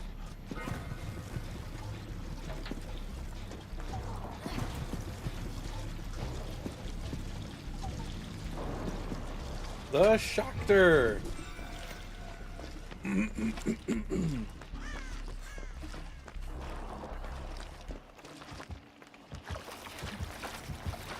Well, that sucks. Keep going that way.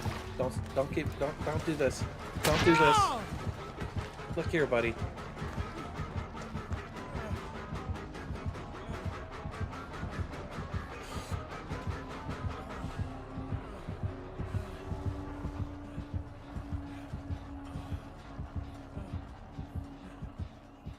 Stay away.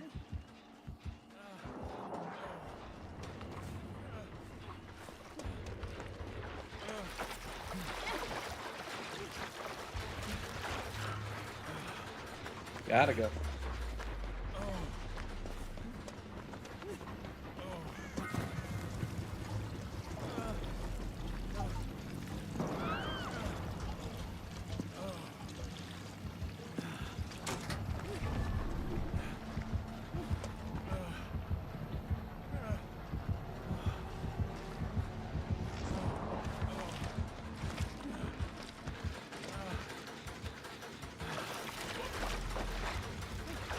Keep it going, buddy. You got this. You got this.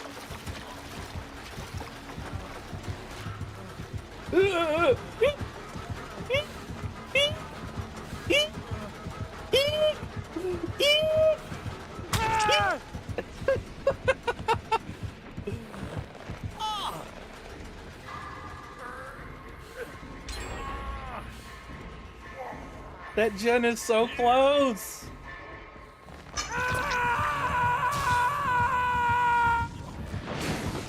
Shocky, shocky.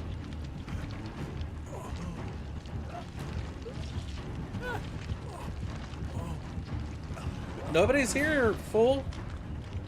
Leave.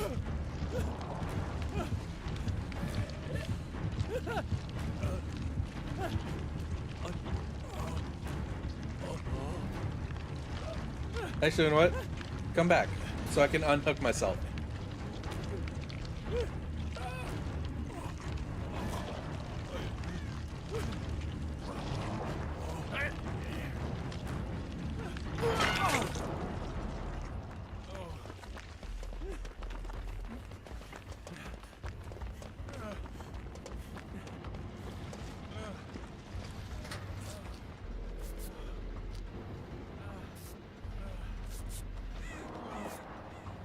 Okay.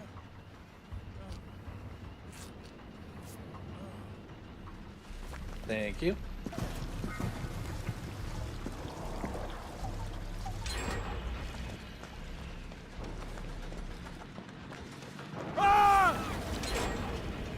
Nailed it.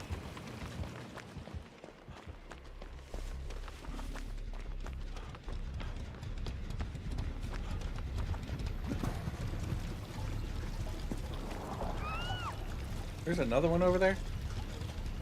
Okay.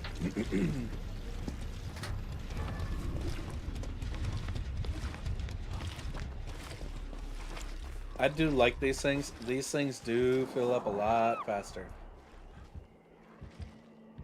It's right there.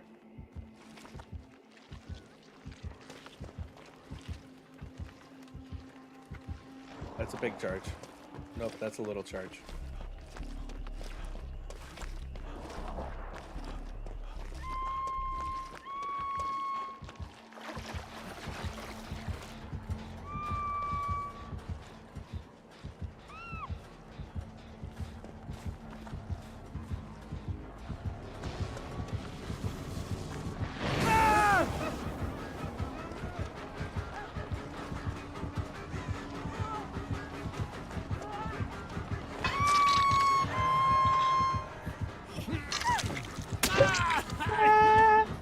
Gotta go.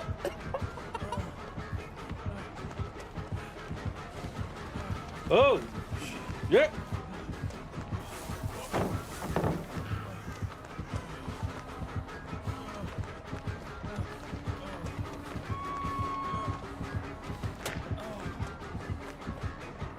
Oh no!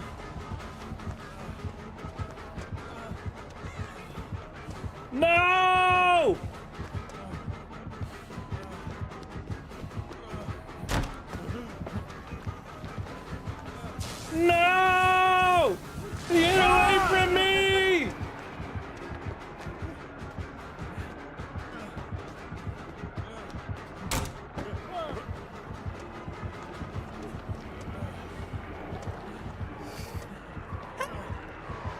Get away!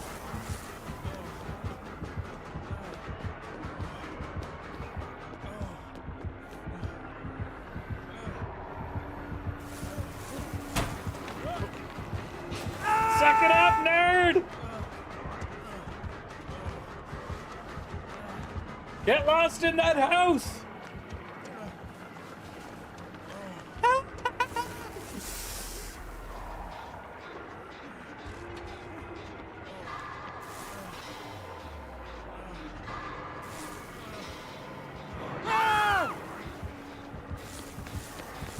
Shit.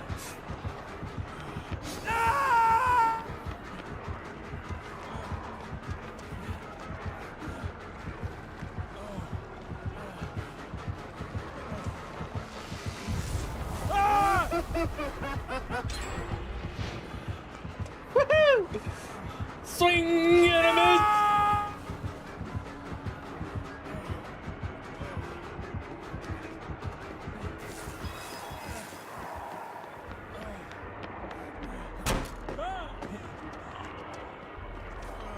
Swing, better, swing! Woo!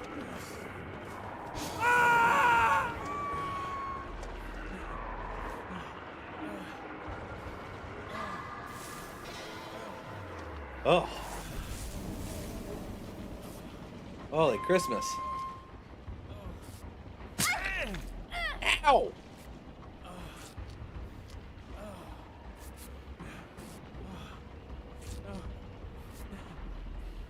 Dude, this one was amazing!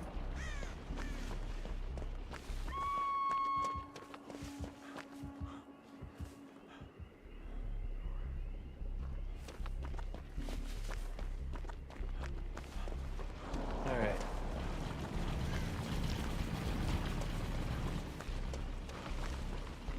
I need a generator.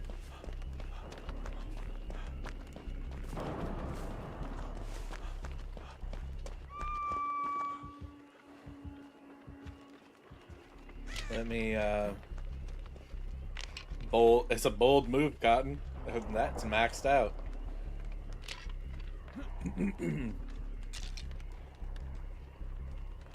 Way to go, Doctor. Doctor, give me the news.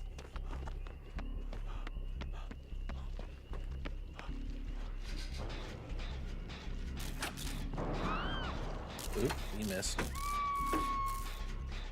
They're screaming. Doctor, give me the news. I don't know what the rest of the lyrics are, but I'm pretty sure it rhymes with news.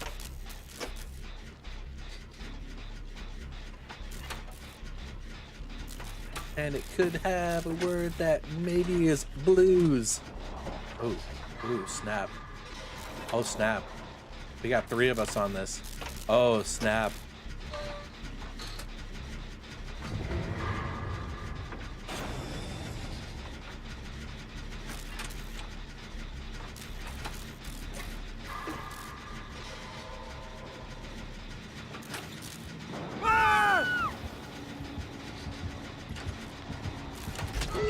Nailed it. Suck it up, nerd.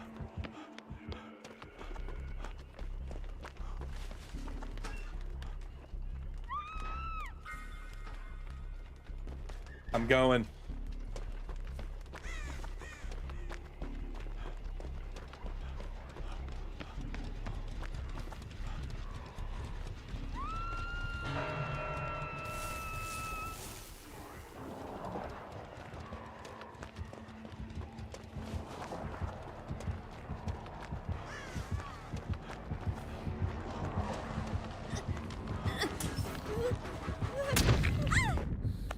Got you.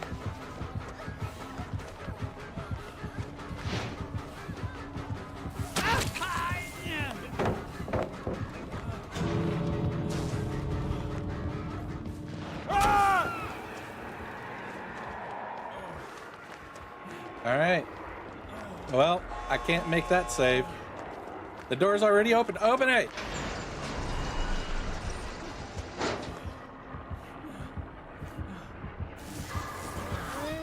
Gotta go. Look, bro. I kind of want to see if all of us make it out now. Oh, that ended quick. All of us did escape. We all escaped. Look at that. Who's at the top? Booyah. Who led that freaking doctor on a freaking 5-minute chase? This guy. Oh, W Breezy TTV. Are they live?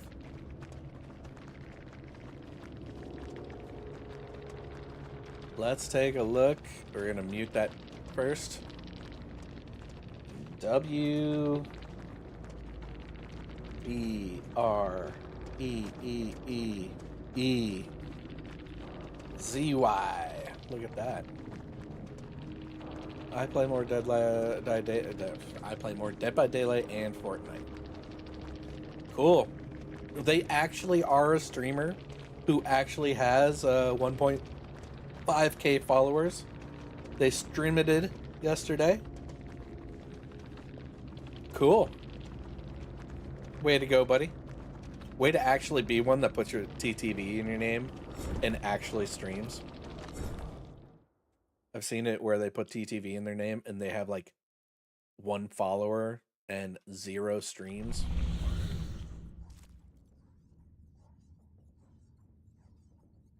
Oh, dude. It's their affiliate anniversary today, too. Congrats, big guy.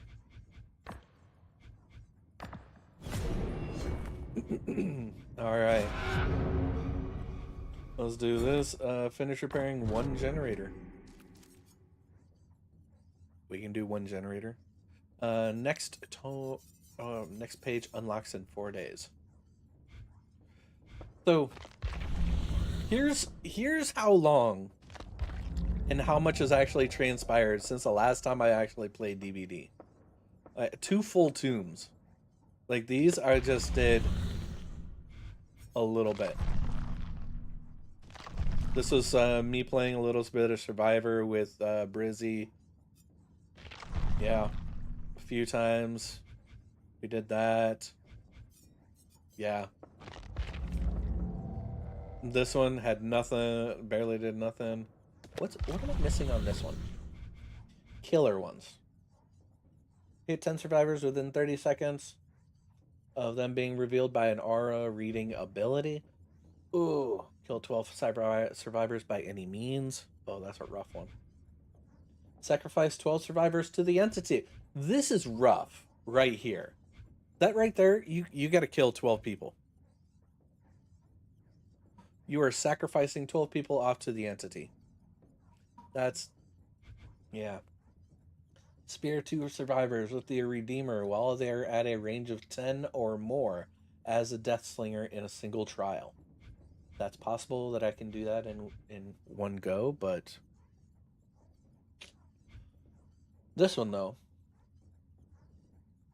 Hit 10 survivors within 30 seconds of them being revealed by an aura. Okay. I'm not going to do that right now because I got a current tome to worry about. And a blood moon. So let's go back. We have finished repairing a generator. Let's rock and roll. Let's go, Solar Survivor. Let's go. Let's go, Solo Survivor. Let's go.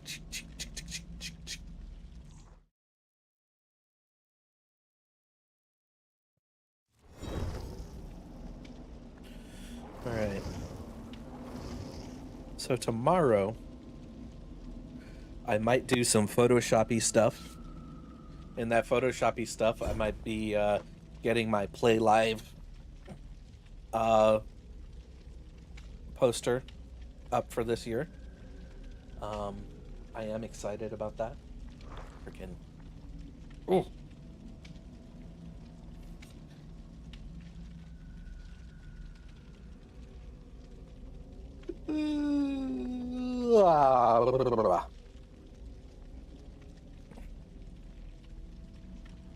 Let's go. We need a 4th. Soggy Gorilla. Definitely a name Definitely one that'll get us for the to the finish line.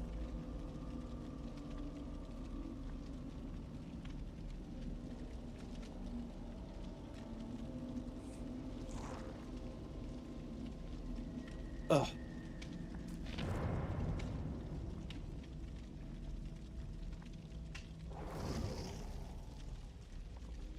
A spasms, asapums, asapums.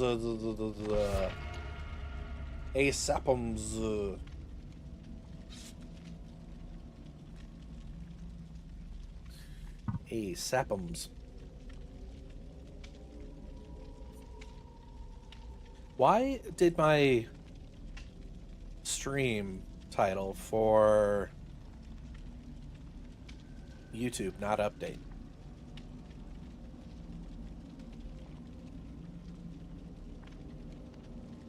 That's weird.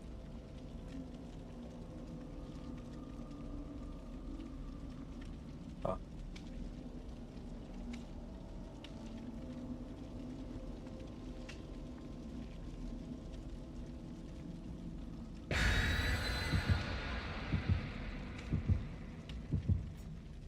Okay. We got this. What's that?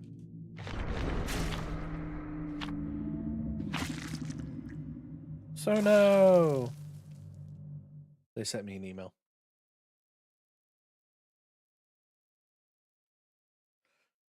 Dude, that's just creepy. Look at that bird.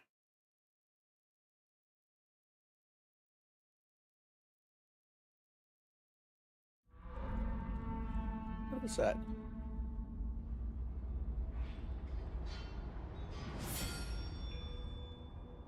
What in the F? Oh, that's weird.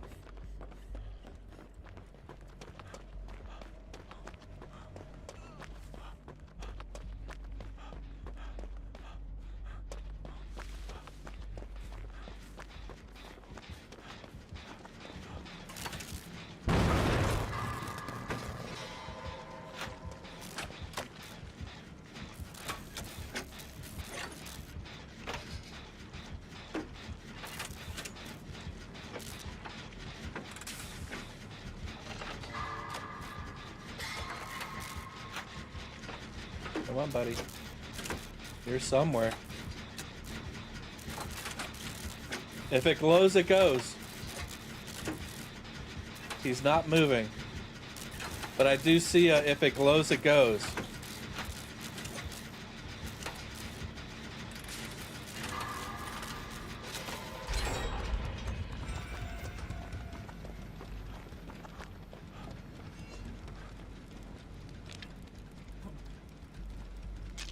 Why is my phone going crazy? Oh, look. There's a spam email.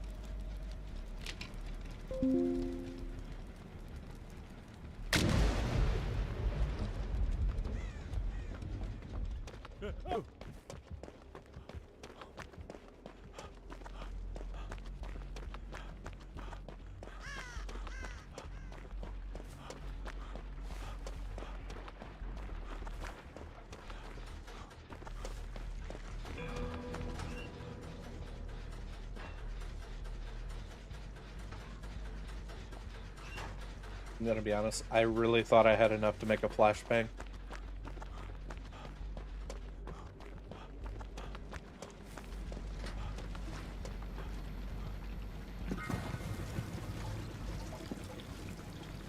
The killer has extremely low ping.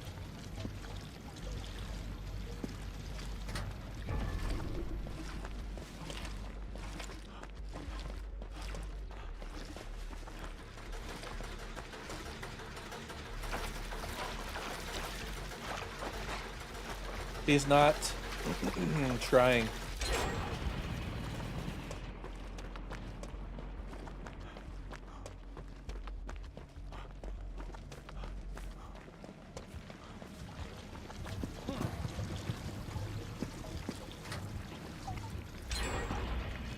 Come on, Mr. Killer. Why are you giving up? Do you need a hug? Who touched you?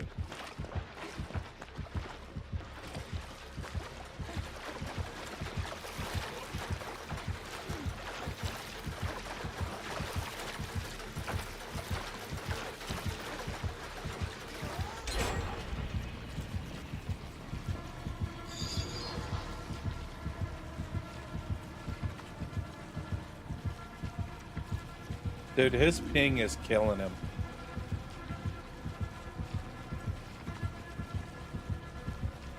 That is the look of a defeated killer.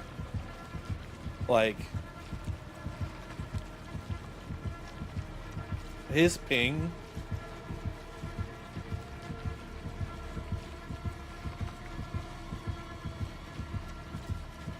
Okay.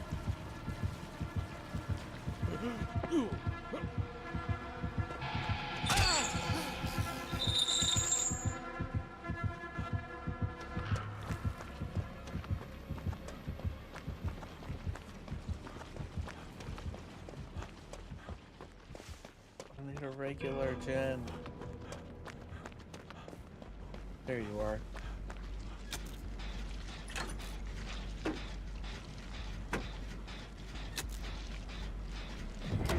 gonna give you this. And then gonna do this.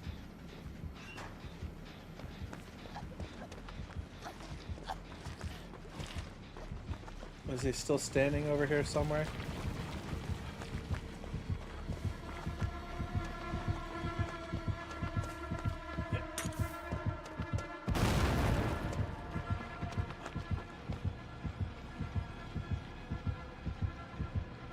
Bruh. He is a defeated man.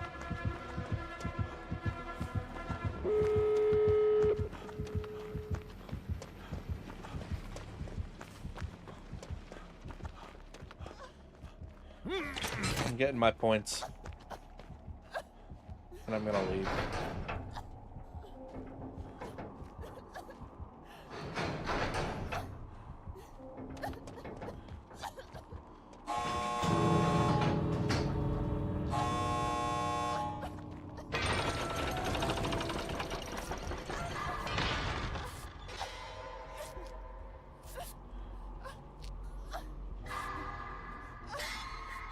Home slice left.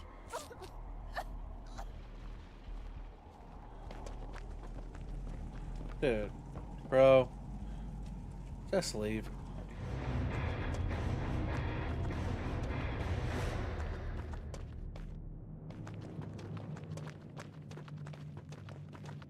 Bro, just leave.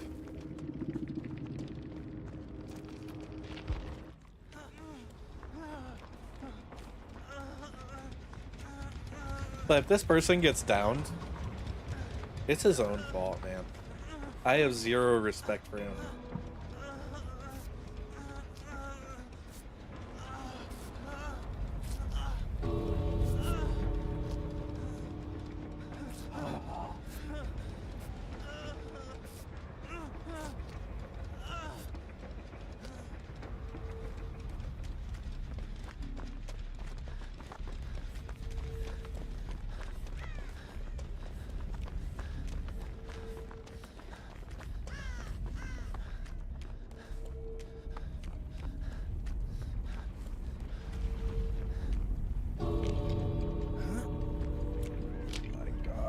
Just freaking leave.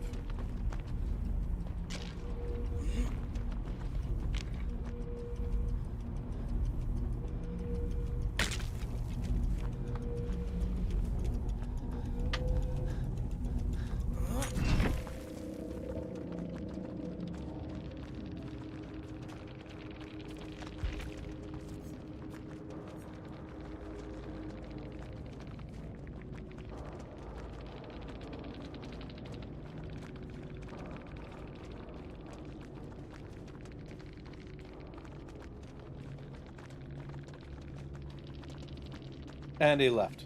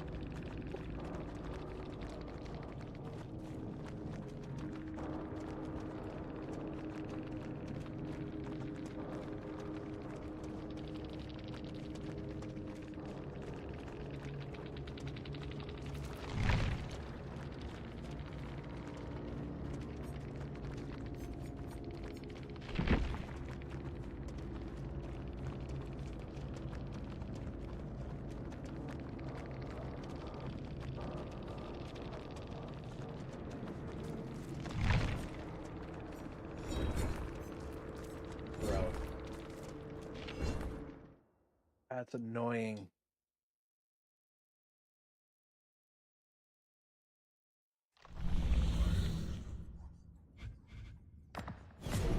Oh, all right.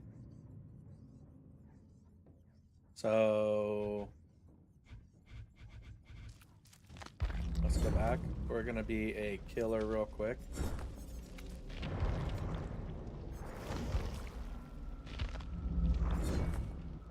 And we're gonna do this. Hit that play button. And let's go to claim some rewards.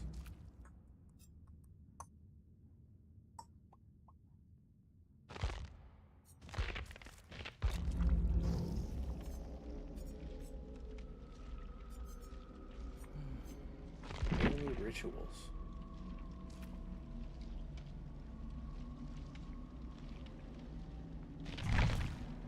Huh. Friends. A lot of people that are online.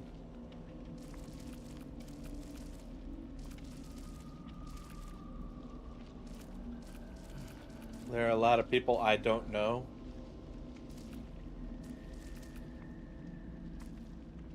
I don't know who that is. I don't know who this is. I don't know who that is. I don't know who that is.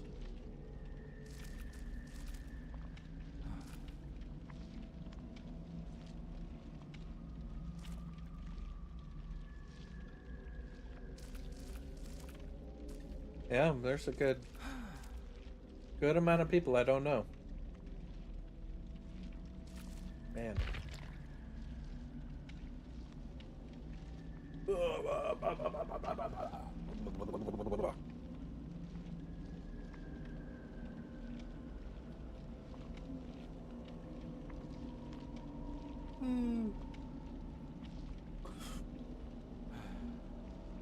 Did you all know that capybaras are the world's largest rodents? They're generally considered not dangerous to humans and are known for their gentle and sociable nature. Here's a breakdown of why they are not typically dangerous is because they are herbivores. Their diet consists of grasses and aquatic plants. They do not hunt other animals. They have a docile temperament. Capybaras are known to be calm, relaxed, and even friendly towards humans and other species. There are numerous documented instances and even viral videos showing them interacting peacefully. Wow, I can't even say interacting with various animals like cats, dogs, birds, and even crocodiles. I saw a video of a capybara standing on top of a crocodile. Dude, they are social animals. They live in groups and have complex social structures, which typically involve peaceful interactions within the group. They are also non-aggressive. They are not naturally aggressive and will usually only act defensively if they feel threatened or cornered. However, it's important to remember, like any wild animal, the capybara can bite if they feel threatened or provoked. They have large incisors, which are front teeth, that grow continuously and can inflict a serious bite if necessary for defense. Potential for injury, while not aggressive, their size and strong teeth mean a bite could be painful and cause lacerations. And like many animals, capybaras can carry certain diseases that could potentially be transmitted to humans, although this is not their primary danger. In conclusion, capybaras are not dangerous animals. Their typical behavior is peaceful and even friendly. However, it is always wise to respect their space and avoid actions that could make them feel threatened, as they are still wild animals with natural instincts to defend themselves. Fucking a capybara.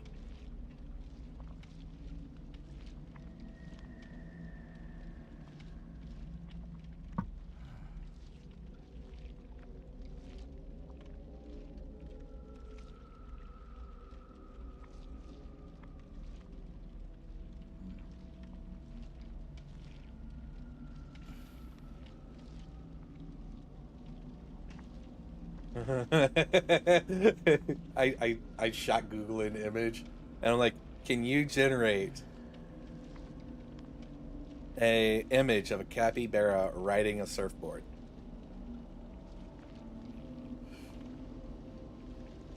And here it is. Here is a capybara riding a surfboard.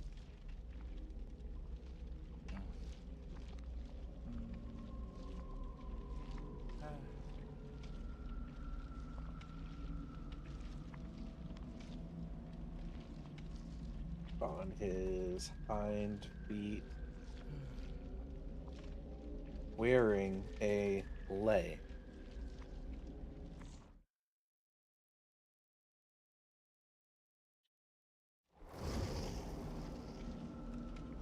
I like that one though. That's a. If y'all don't know, that is a very good picture of a capybara, even though it is AI generated. Yeah, there we go. Oh, that is cool. Oh, if only that was real. Dude.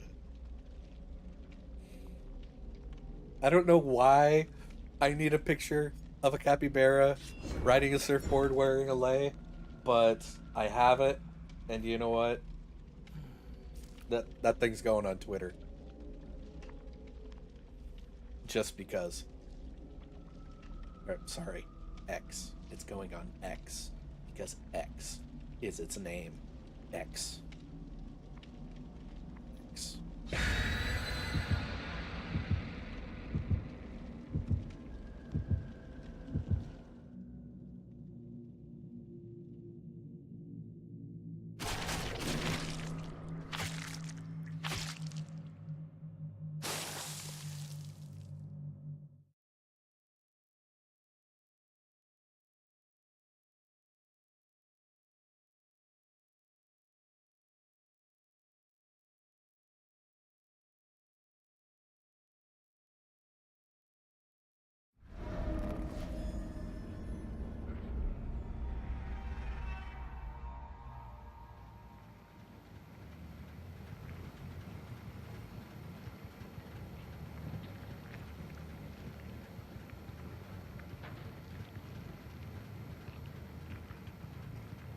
There we go.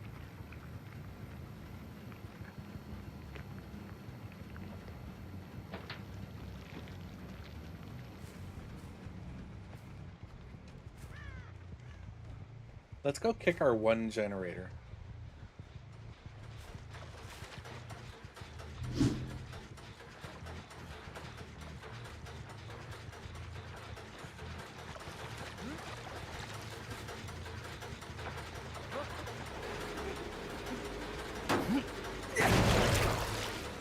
Splish splash, I was taking a bath. Boo doo doo doo.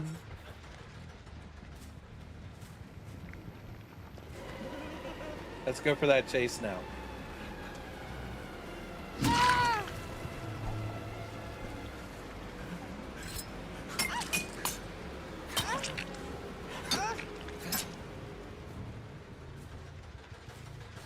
Got that. Let's kick this in one more time.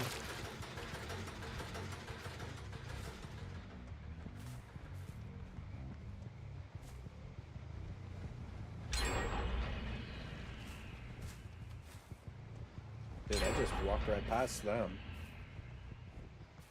I didn't even hear that gen.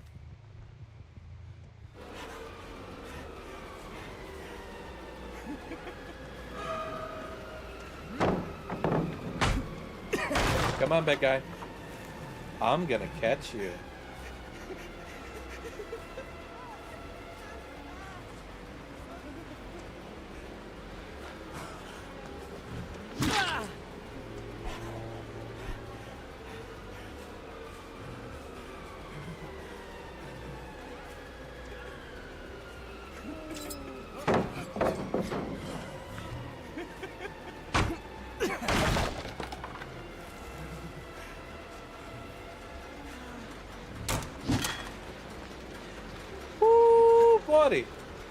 That was close.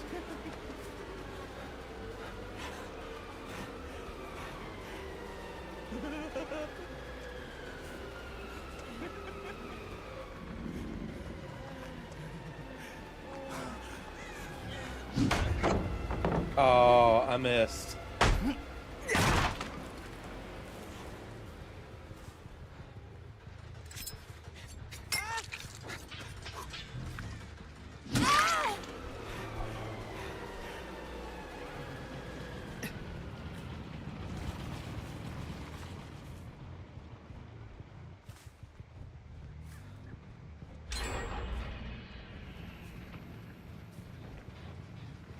Where did you go?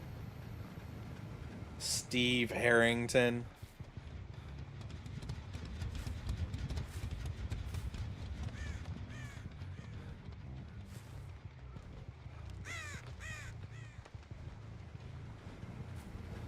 Grr. He's healed.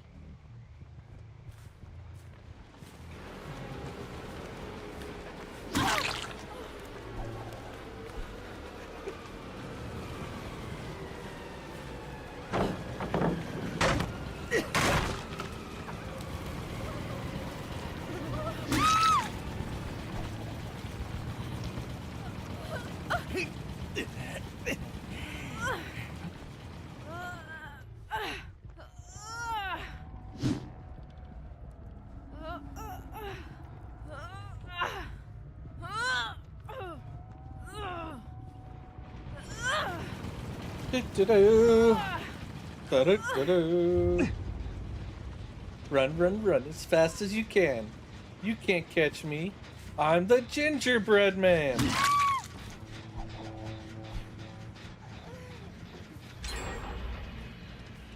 Oh, she's on the ground.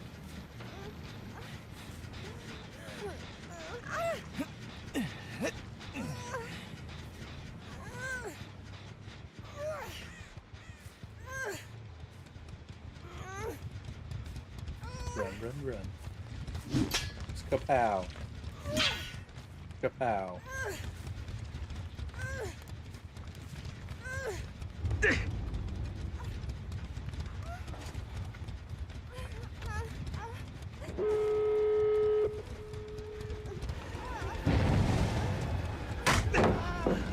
Smash.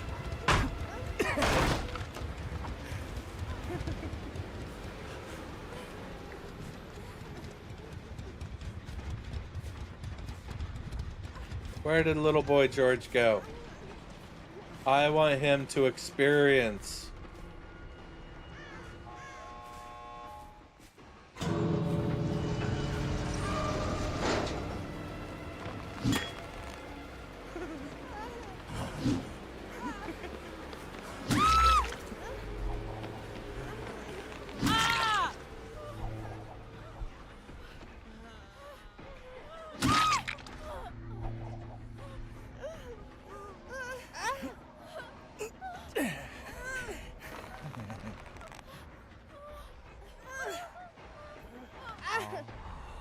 Run.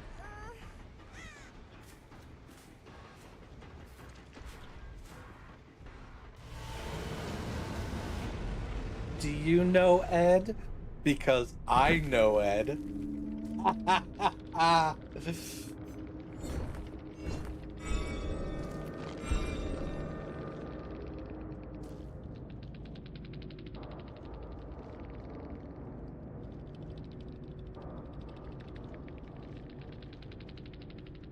I don't know why. Like, I needed a picture of a capybara riding a surfboard, wearing a lei, on its hind feet. Come on, man! I kicked. Yeah, I kicked it. Did that not work?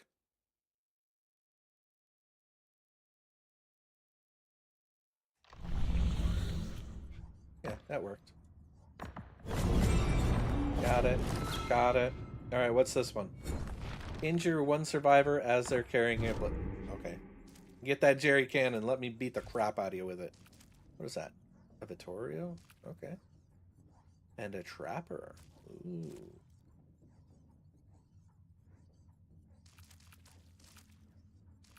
Oh, I already own them. Huh.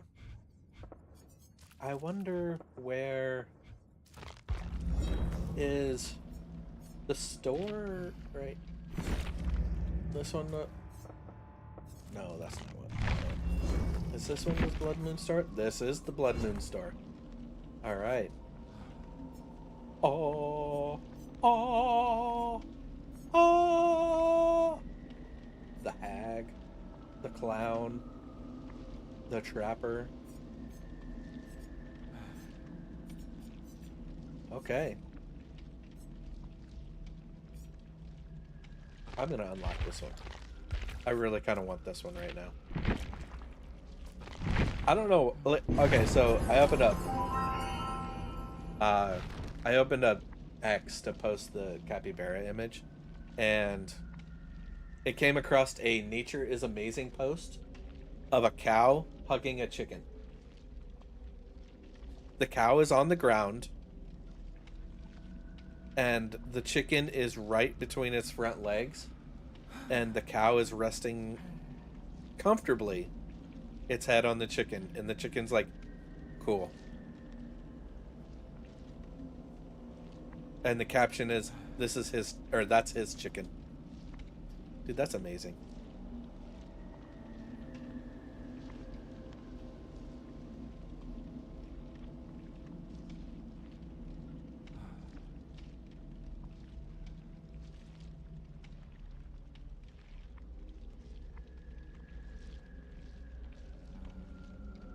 Dude, that's cool.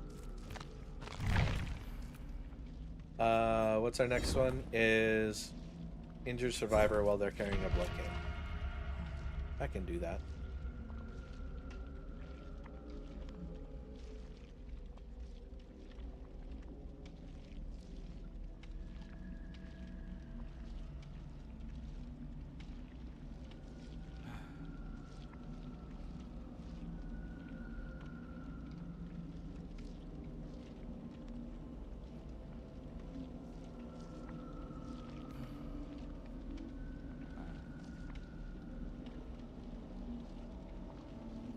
Uh-oh.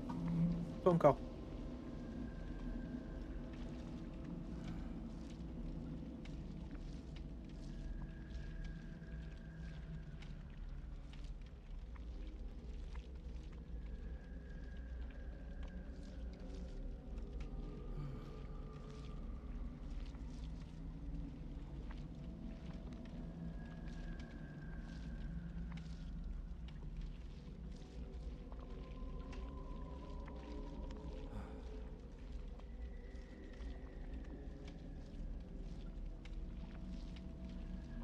Okay, well, that was a spam call from Google Voice of all places.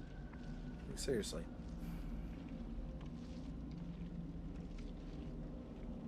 And yes, my Google Voice is getting spam calls. Hey, bro, come on. Just live your life, man. I'm now eligible to get this certain banner from Dead by Daylight. That's cool, buddy.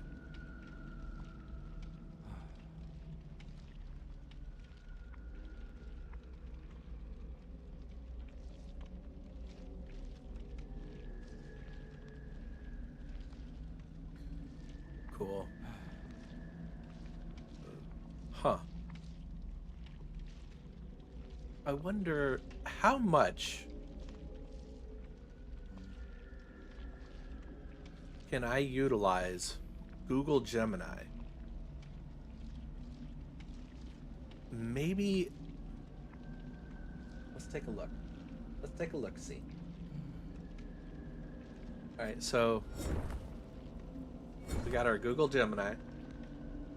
Can we add an image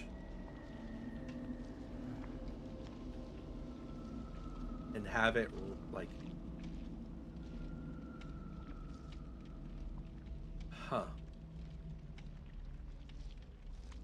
let's see if we can add an image real quick to it. So we're going to open up this. We're going to open up. Nope. Nope. Nope. To be honest, I don't know where this is.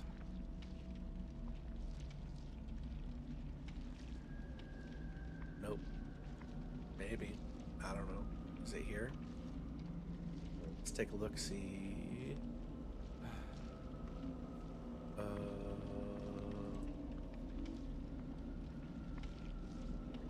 don't know, maybe. Here, let's just go to where I know it's at. Go to the vault. Go to Alameda. Go to audio. It's not audio. Pictures. Avatar Mark II.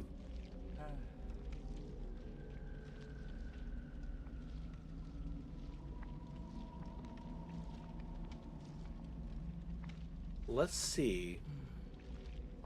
We can do this.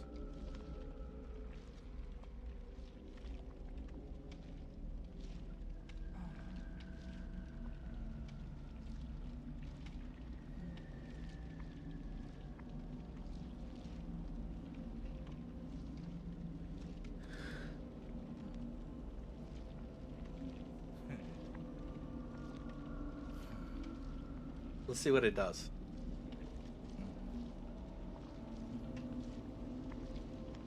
I'm not programmed to assist with that.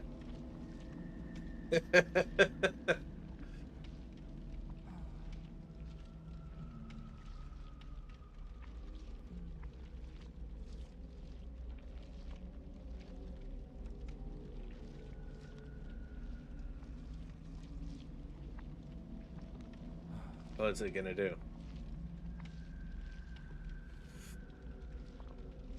What's it gonna do?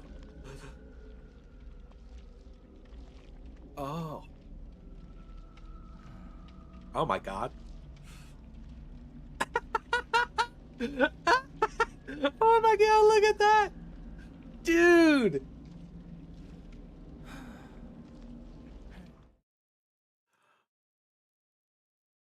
Dude!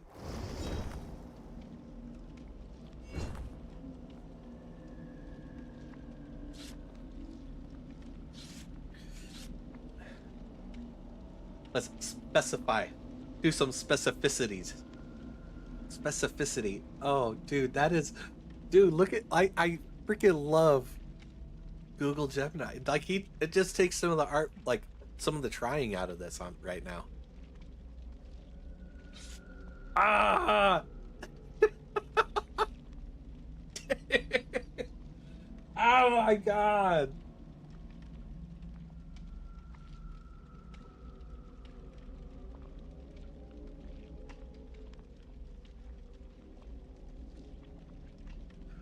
Dude.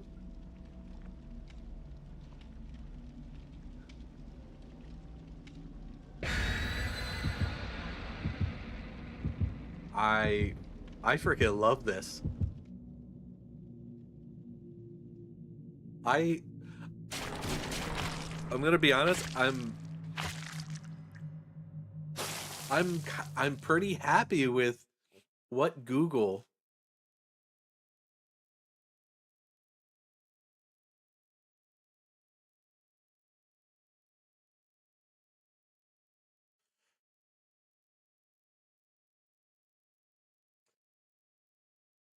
I'm happy with what Google has created with Google Gemini.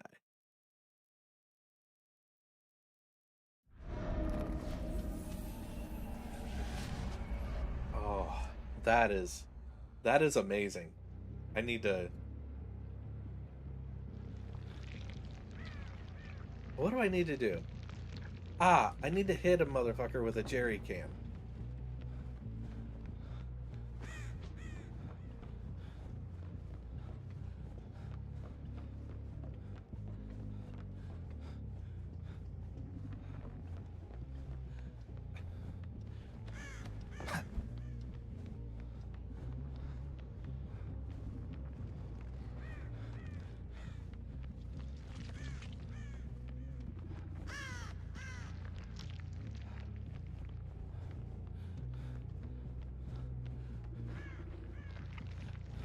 I am in with other players, right?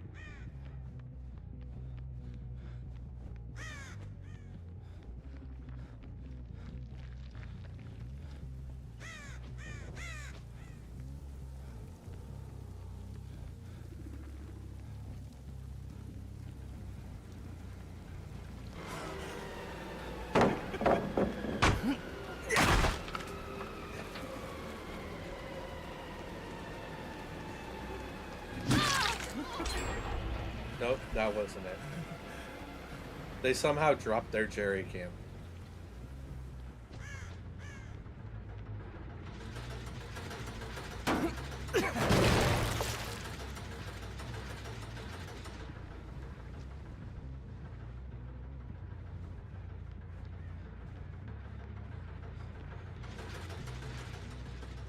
Jerry can. Gotcha.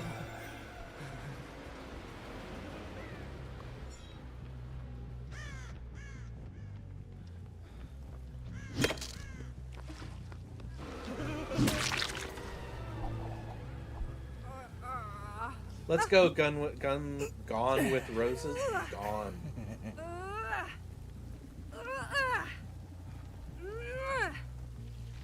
Gone with Roses.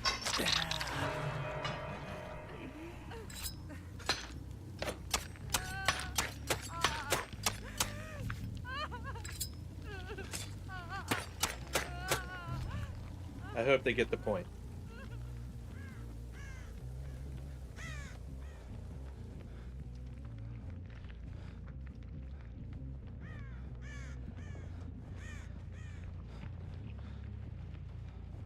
I mean, my challenge is done. I already got the whole...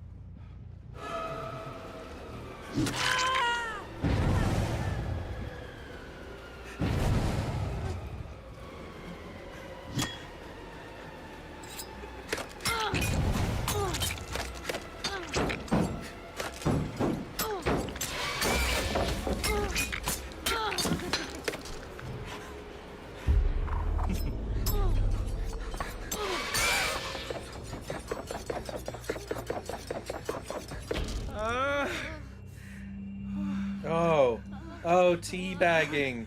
Oh, isn't this great? Don't teabag. I was just having fun. Why would you teabag? Don't teabag. Teabagging is bad. Go ahead.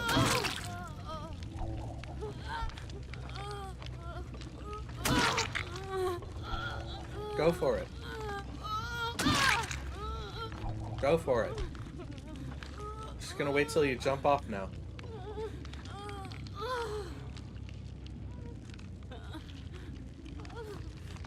Yeah. Look, I was just having fun. You didn't have to teabag.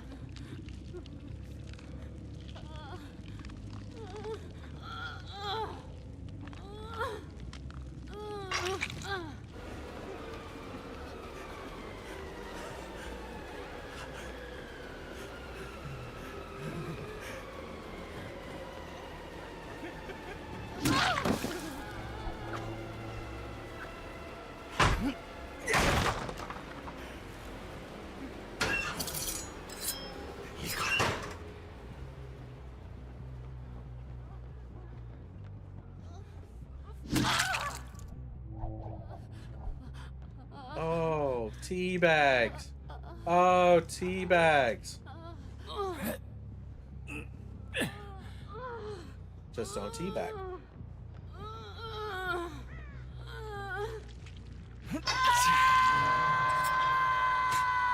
Ada, you could have sacrificed yourself from this entire thing had you just not teabagged me.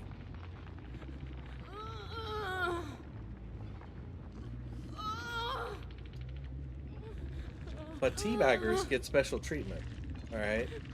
And I really don't like tunneling. I think it's bad. But home slice. Yep.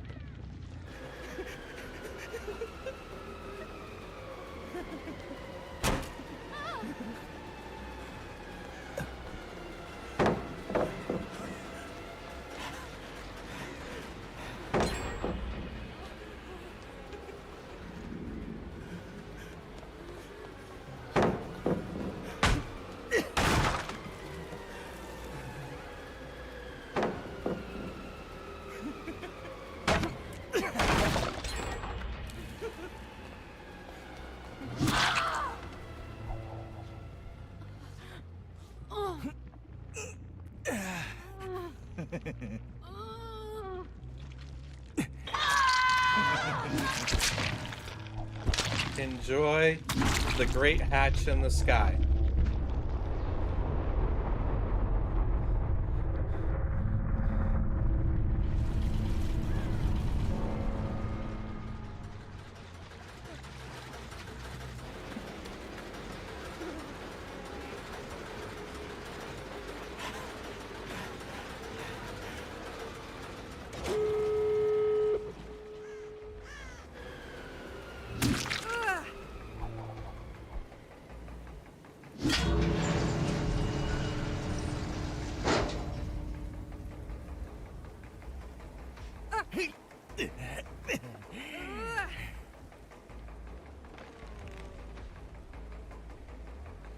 Come on, drop.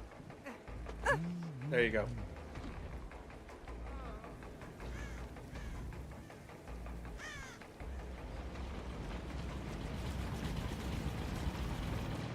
Alright, let's pick up some of these pallets that got dropped for that extra pointage. Oh no!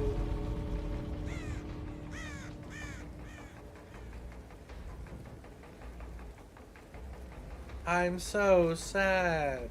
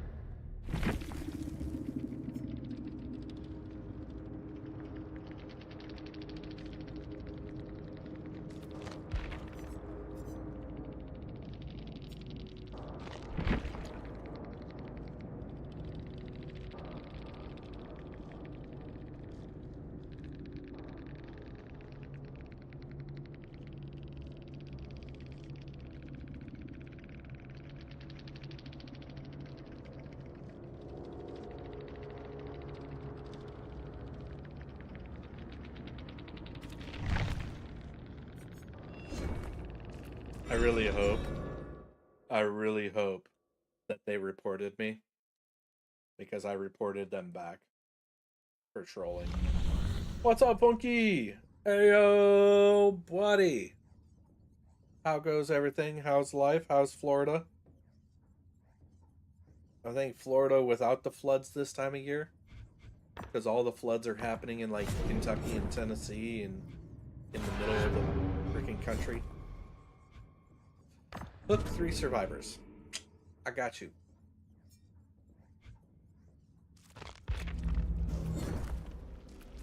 We're just gonna play it normal and hook 3 survivors.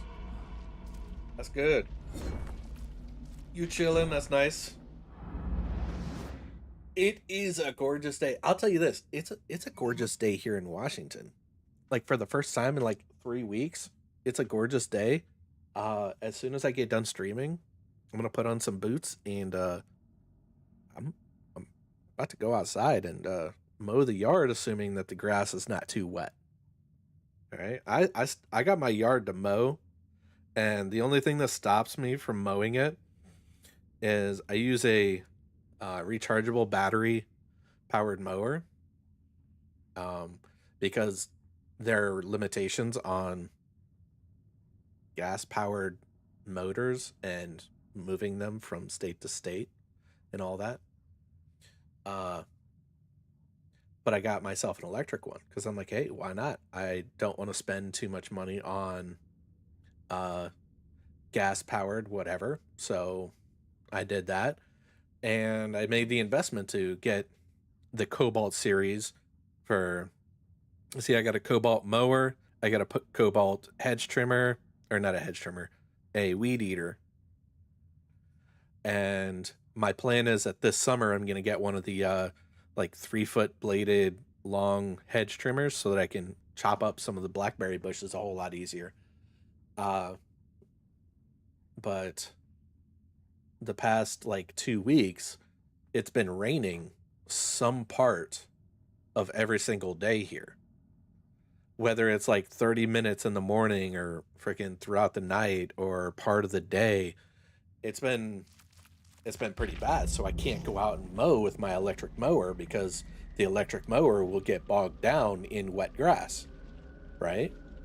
That is one of the downfalls about having a gas engine or have an electric engine over a gas engine. A gas engine has so much more power than the electric engine.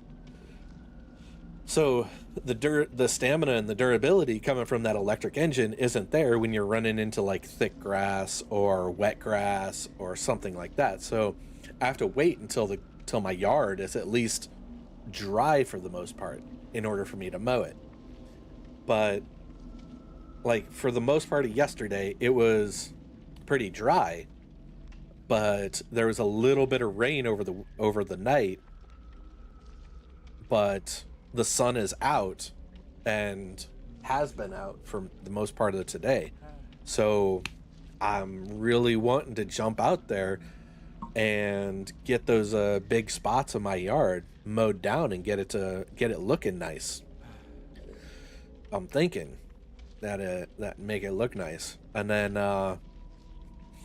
do some measurements, do some buying stuff, and probably, since I'm staying here, set up a bunch of other things. Like I got so many plans for my house, but I can't do much of it. Yeah.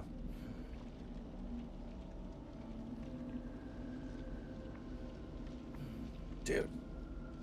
Anyways.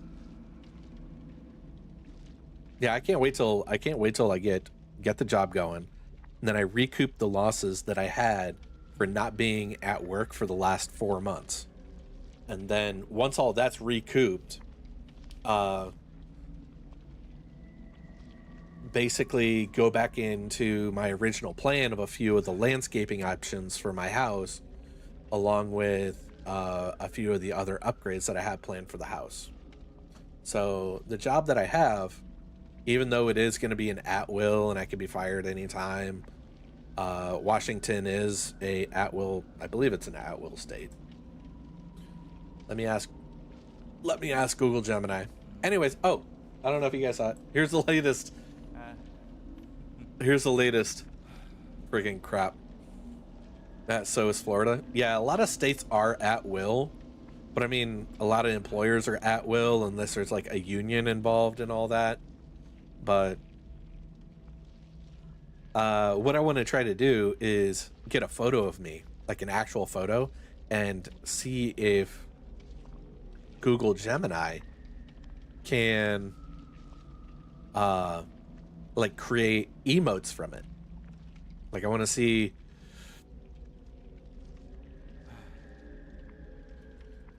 create emotes from this image. Let's see what it says. I'm testing the bounds of what Google Gemini can do. Like, it's crazy.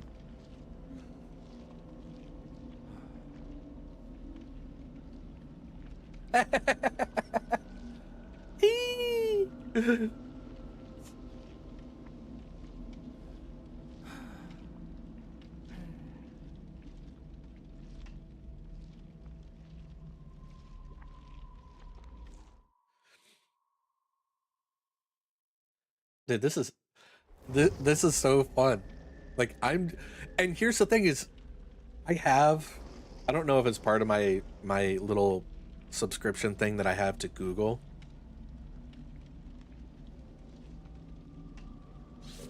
but like I have a upgrade for my base account to Google, and it allows me extra storage and allows me a couple extra things. I don't know if the Google Gemini part of it is part of that subscription or not, but if you guys have Google Gemini and you have access to it, play around with it. I think it's really fun to play with.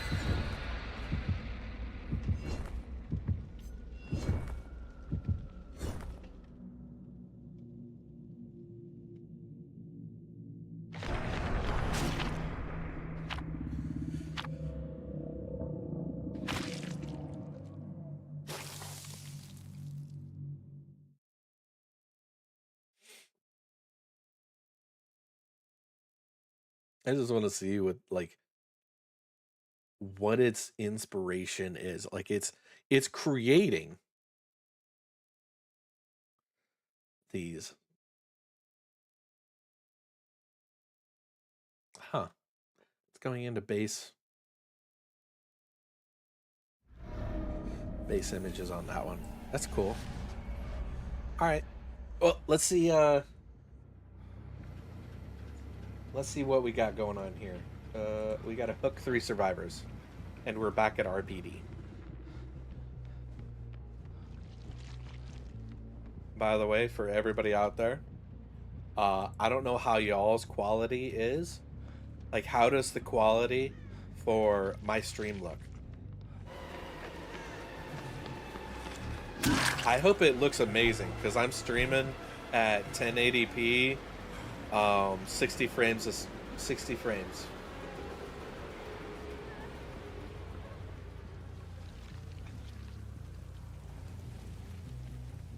Oh man, there's scratch marks all over.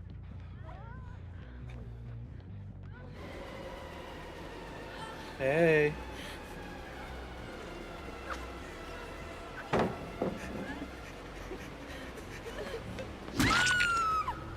Gotcha.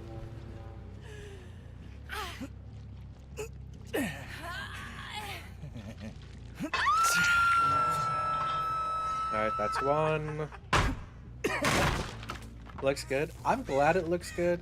I'm just happy, Funky. Like you told me you had fiber. I finally was able to get fiber to my place. And last Friday was when it was installed. So I'm very happy about it. I have been trying to test the limits of it, and I have not been able to drop a frame yet.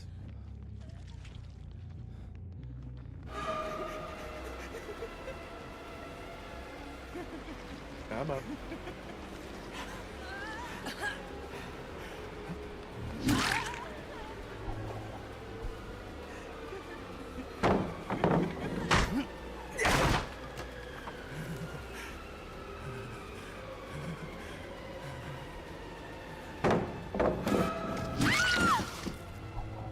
Gotcha. Please don't go second hook. I don't want you to go second hook.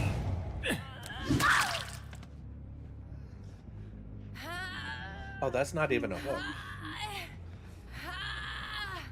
I gotta go do this real quick. You're gonna be on Starlink soon? So, no, that's the groove right there. Come back here.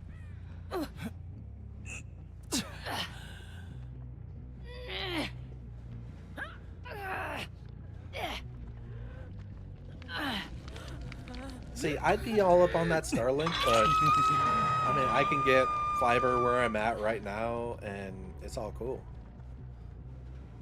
It's significant. It is. I've seen the upload speeds of some of the Starlink, and compared to fiber, you're looking at half, maybe a quarter of the speeds, but you get it anywhere, right? And I think it's like, as long as you have access to the sky, you have you have it. What are the speeds that you got? Because I mean, I'm working on outdated information, like really outdated.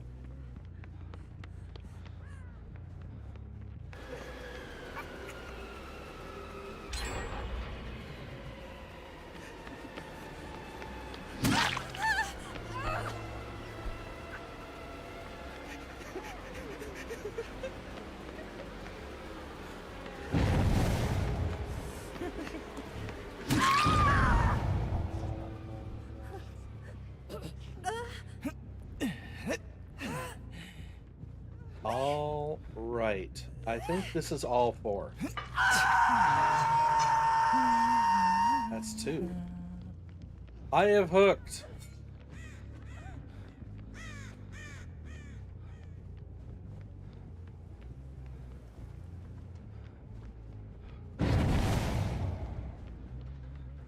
I have hooked all 4 of you.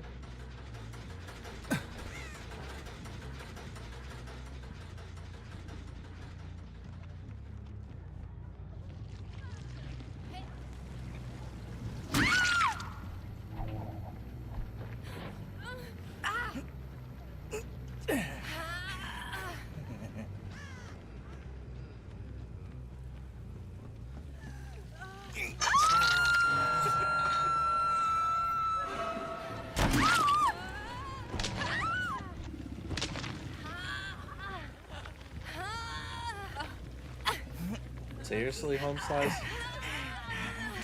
Come on.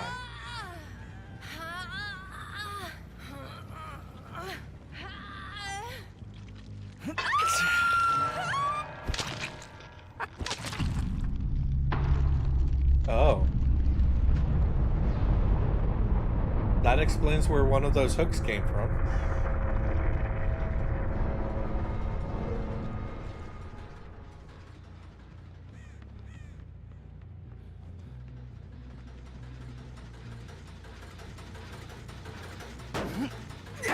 They just straight up gave up.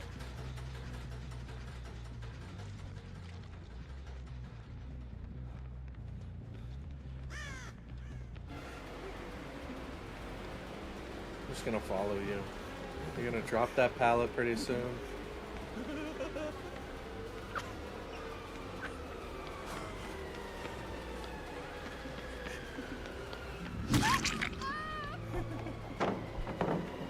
There it is, and I locked it.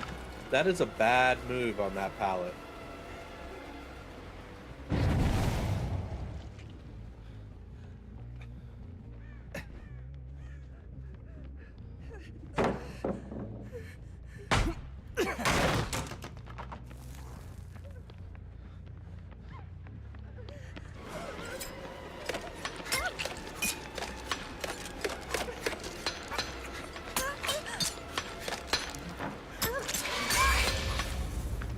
Gotcha.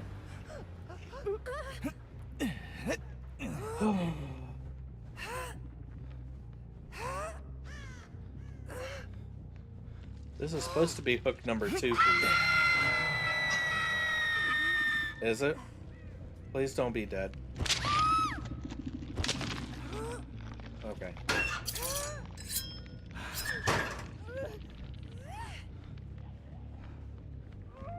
Let's run away so they can get unhooked. Your fiber is 1,000 up and your Starlink is about 30 up. I thought I saw Starlink at about 100 up. That could have been... Yeah.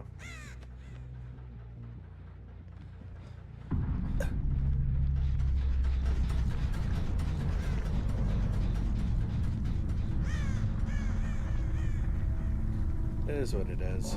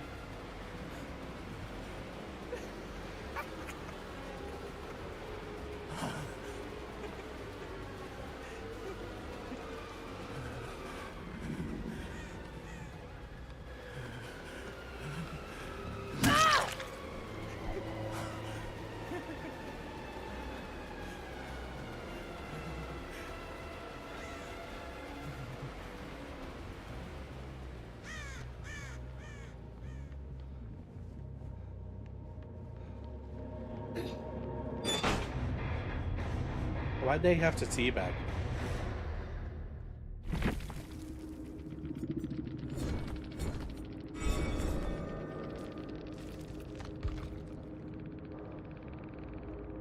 Yeah. Why the tea bag?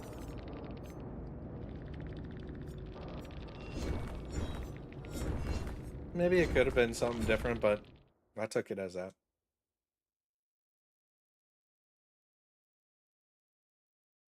But you bought an RV and it's your only option. Oh, bro. You live in that like nomad RV life, or you bought an RV for like traveling type thing? Kind of curious.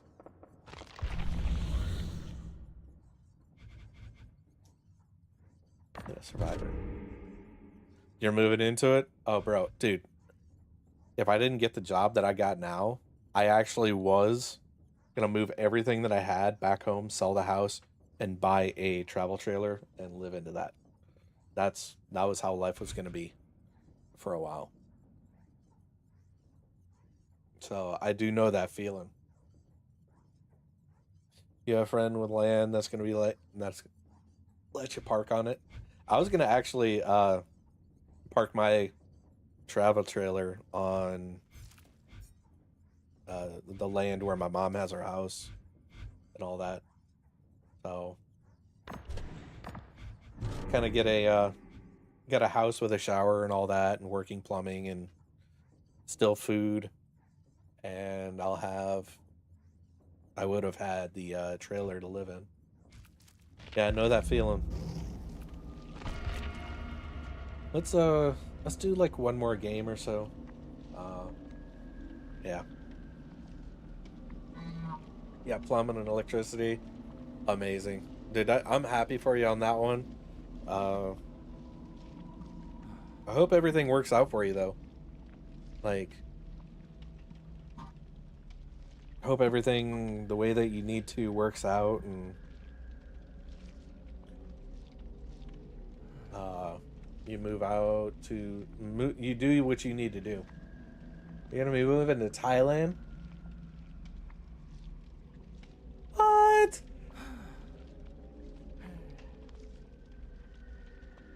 Bro, why are you moving to Thailand? What is up?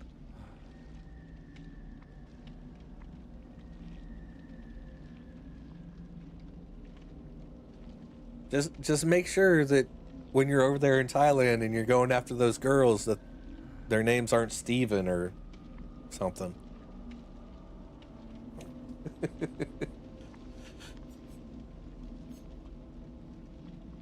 I mean, you could. That could be your thing. I don't know. uh, I was in Thailand once for the night and flew out of their airport. I did get some whiskey there at the airport. I haven't drank it yet. I'm keeping it. It's gonna be one of those shelf liquors. You know, those shelf liquors that you basically don't open.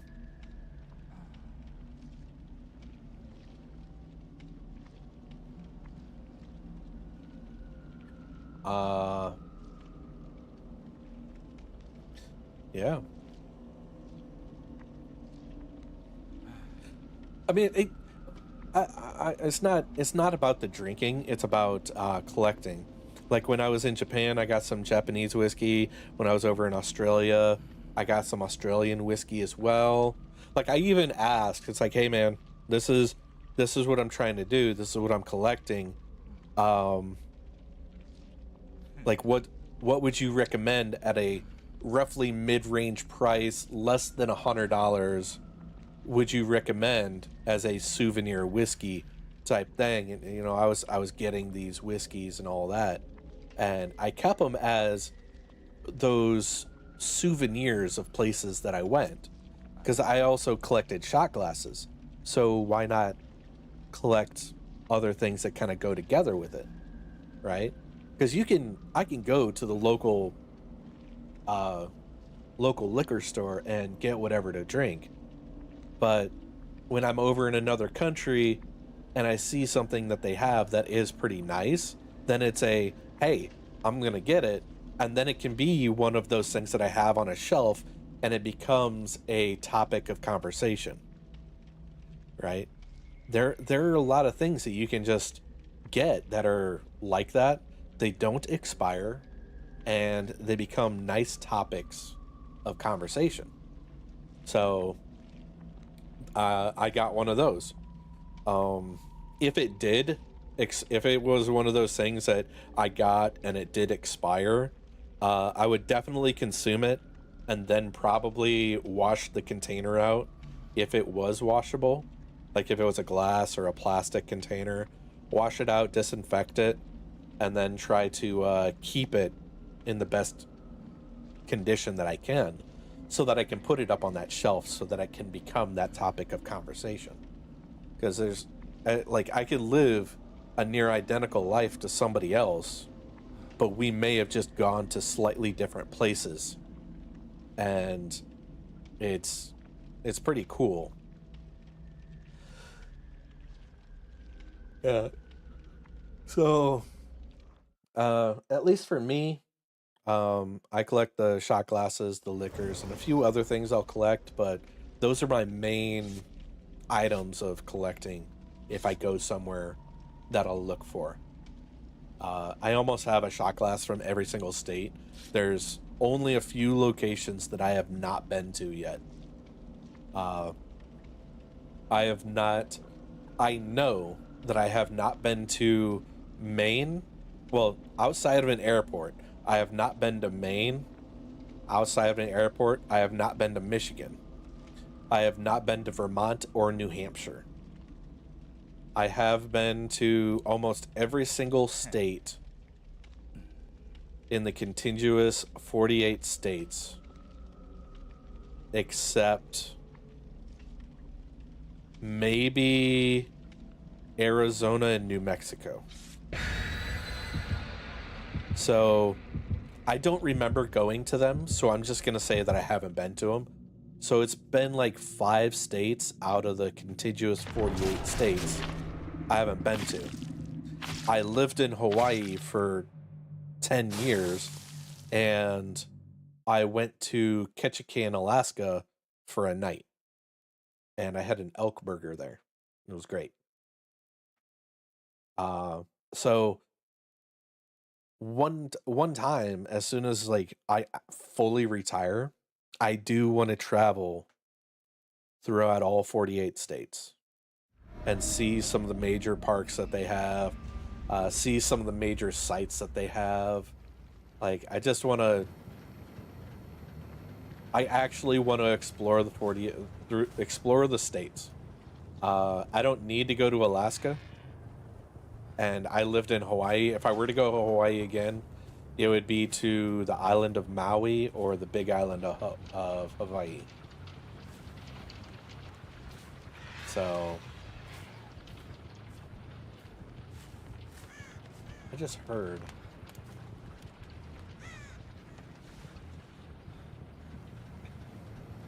I just heard something. Like somebody fell.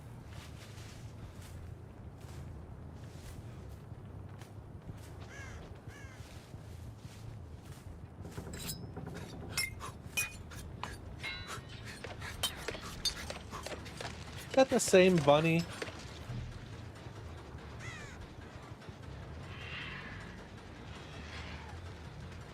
No, that's not.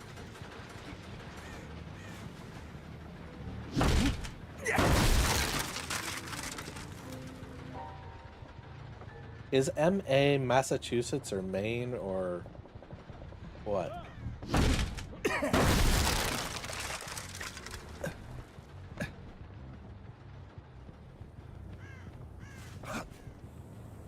Because I think MA is like Massachusetts.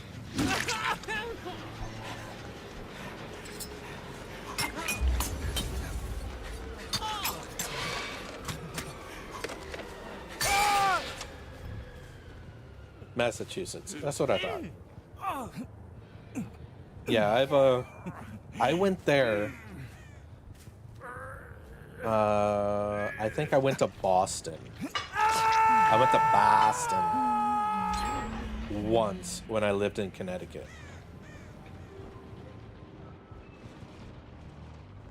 I think that was it. Outside of that, you know,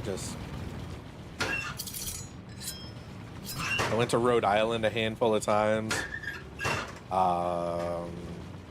Then I drove through New Jersey. I visited New York when I was in high school. Shortly after the, like, 9/11 stuff. Or it was, I can't remember. Can't remember exactly when yeah, it was when I was in high school. After the 9/11 stuff, we visited the Twin Tower Memorial, the like infinity fountain that they had there before they built the One World Trade Center. Speaking of that, I don't know. You know what? We're gonna pull up Google and take a look at at New York, because I wonder what they did there, where they built the One World Trade Center. We're gonna take a look. But I got to visit Washington. I've been to DC, and while I was in DC, I got to see the Capitol building, got to do all that. One of the times that I went to DC, I actually got to tour the White House.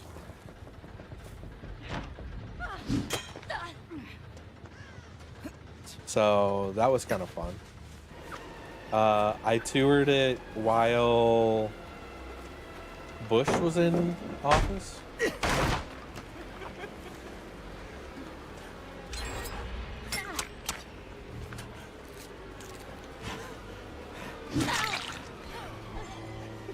I think that was the president. It was either Bush or Obama.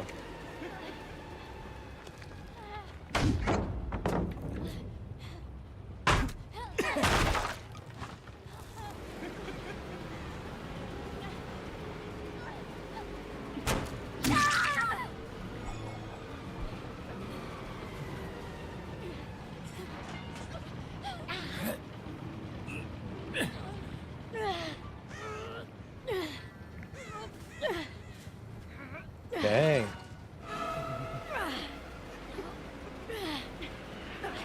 That's fine. I'll wait.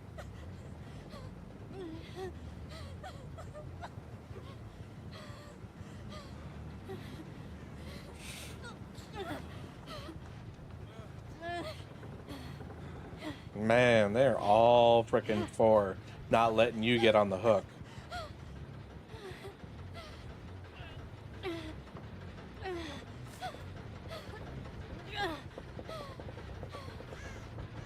Come on.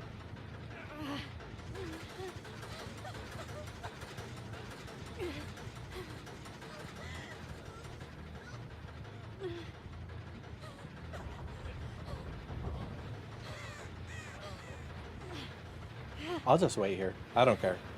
But when I was in Washington and got to visit the White House, I got to eat food at the White House cafeteria, and I got to do a tour that wasn't part of a regular tour.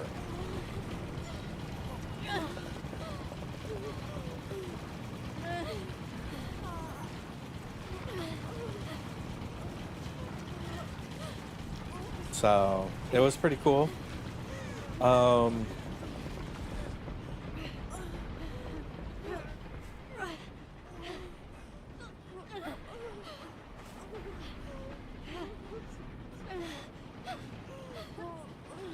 Do-do-do.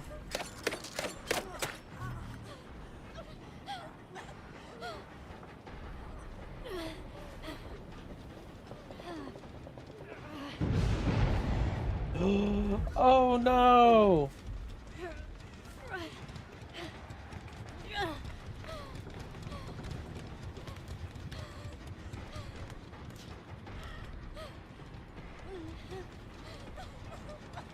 Come on.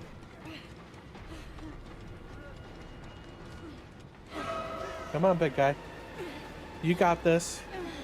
Come on. Come on. Come on.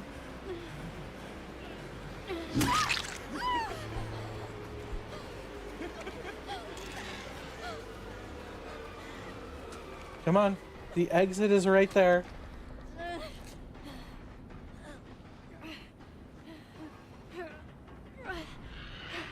Come on. You can do it.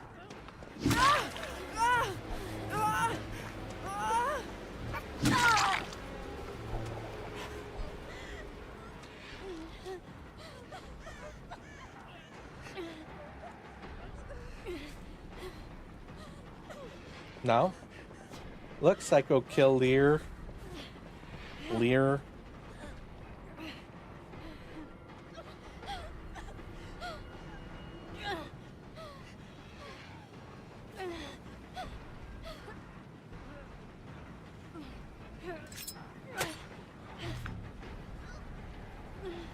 You can get, seriously, like, all you have to do is just not teabag. That's all you had to do.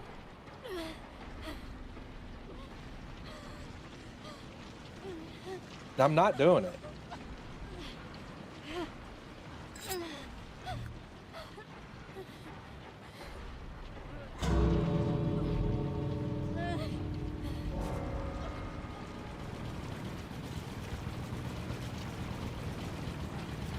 All they had to do was just not teabag.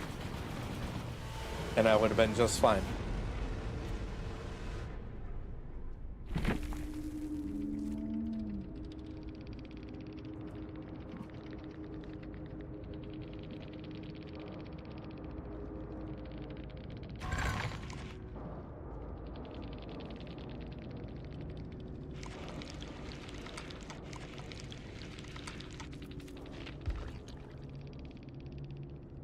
No.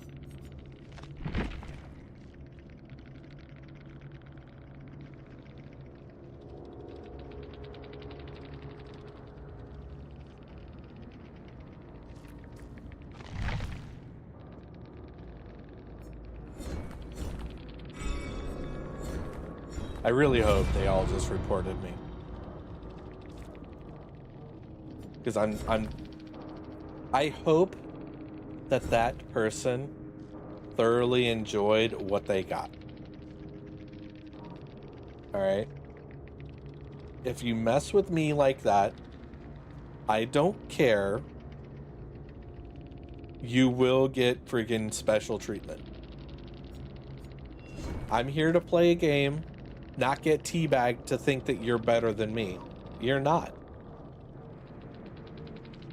My original plan was just to hook you and then freaking smack you on hook, wait till you got off a hook, and then come, like, I'd hook you again. But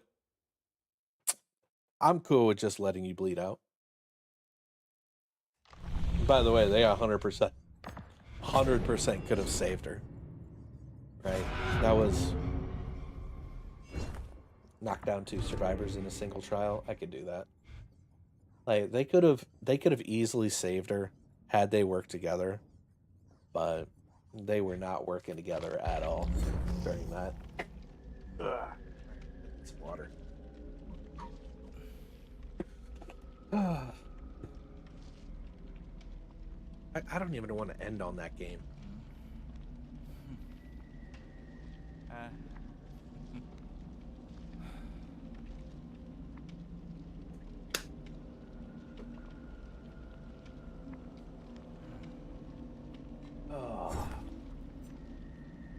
Alright.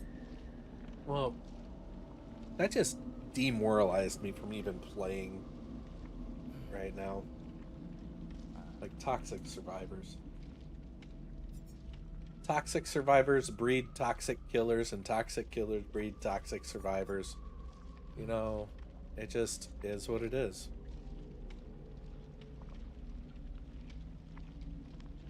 Alright. Well, with that being said, though, there is a lot more people that are streaming now than before. So what do we want to go to? Do we want some Marvel Rivals? Or what looks like is going to be Mario Kart, Minecraft, and Lethal Company? Or Mario Kart? I mean, we haven't rated Hemi in forever. Hemi's a cool dude. Let's raid Hemi.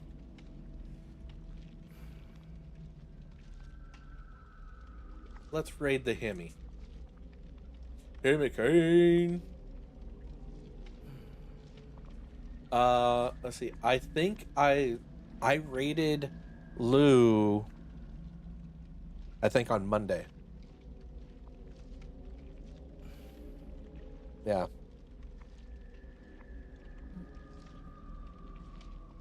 All right. Boom. So here's what we got. Today is Wednesday, so tomorrow we're gonna be doing some artsy stuff. We're gonna be trying to create our St. Jude play live poster for May. We're gonna do that on stream.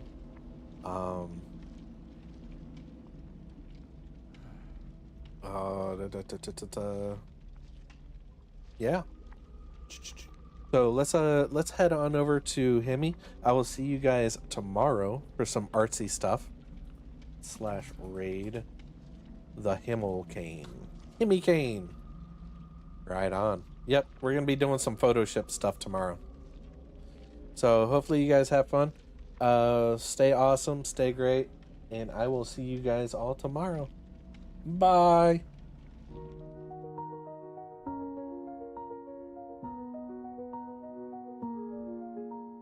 A night light shines dim on screen. Alameda's face in a faded dream. Voice breaks the silence I used to hear. A bit of farewell is all too real.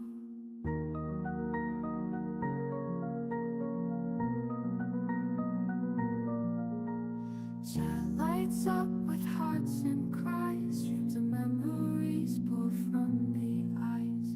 Faces once unknown now feel so near. In the emptiness he starts to disappear. Goodbye for now, we'll miss your glow. The laughs, the tears, the highs, the low. Screens may darken but hearts hold true. Forever streaming memories of you.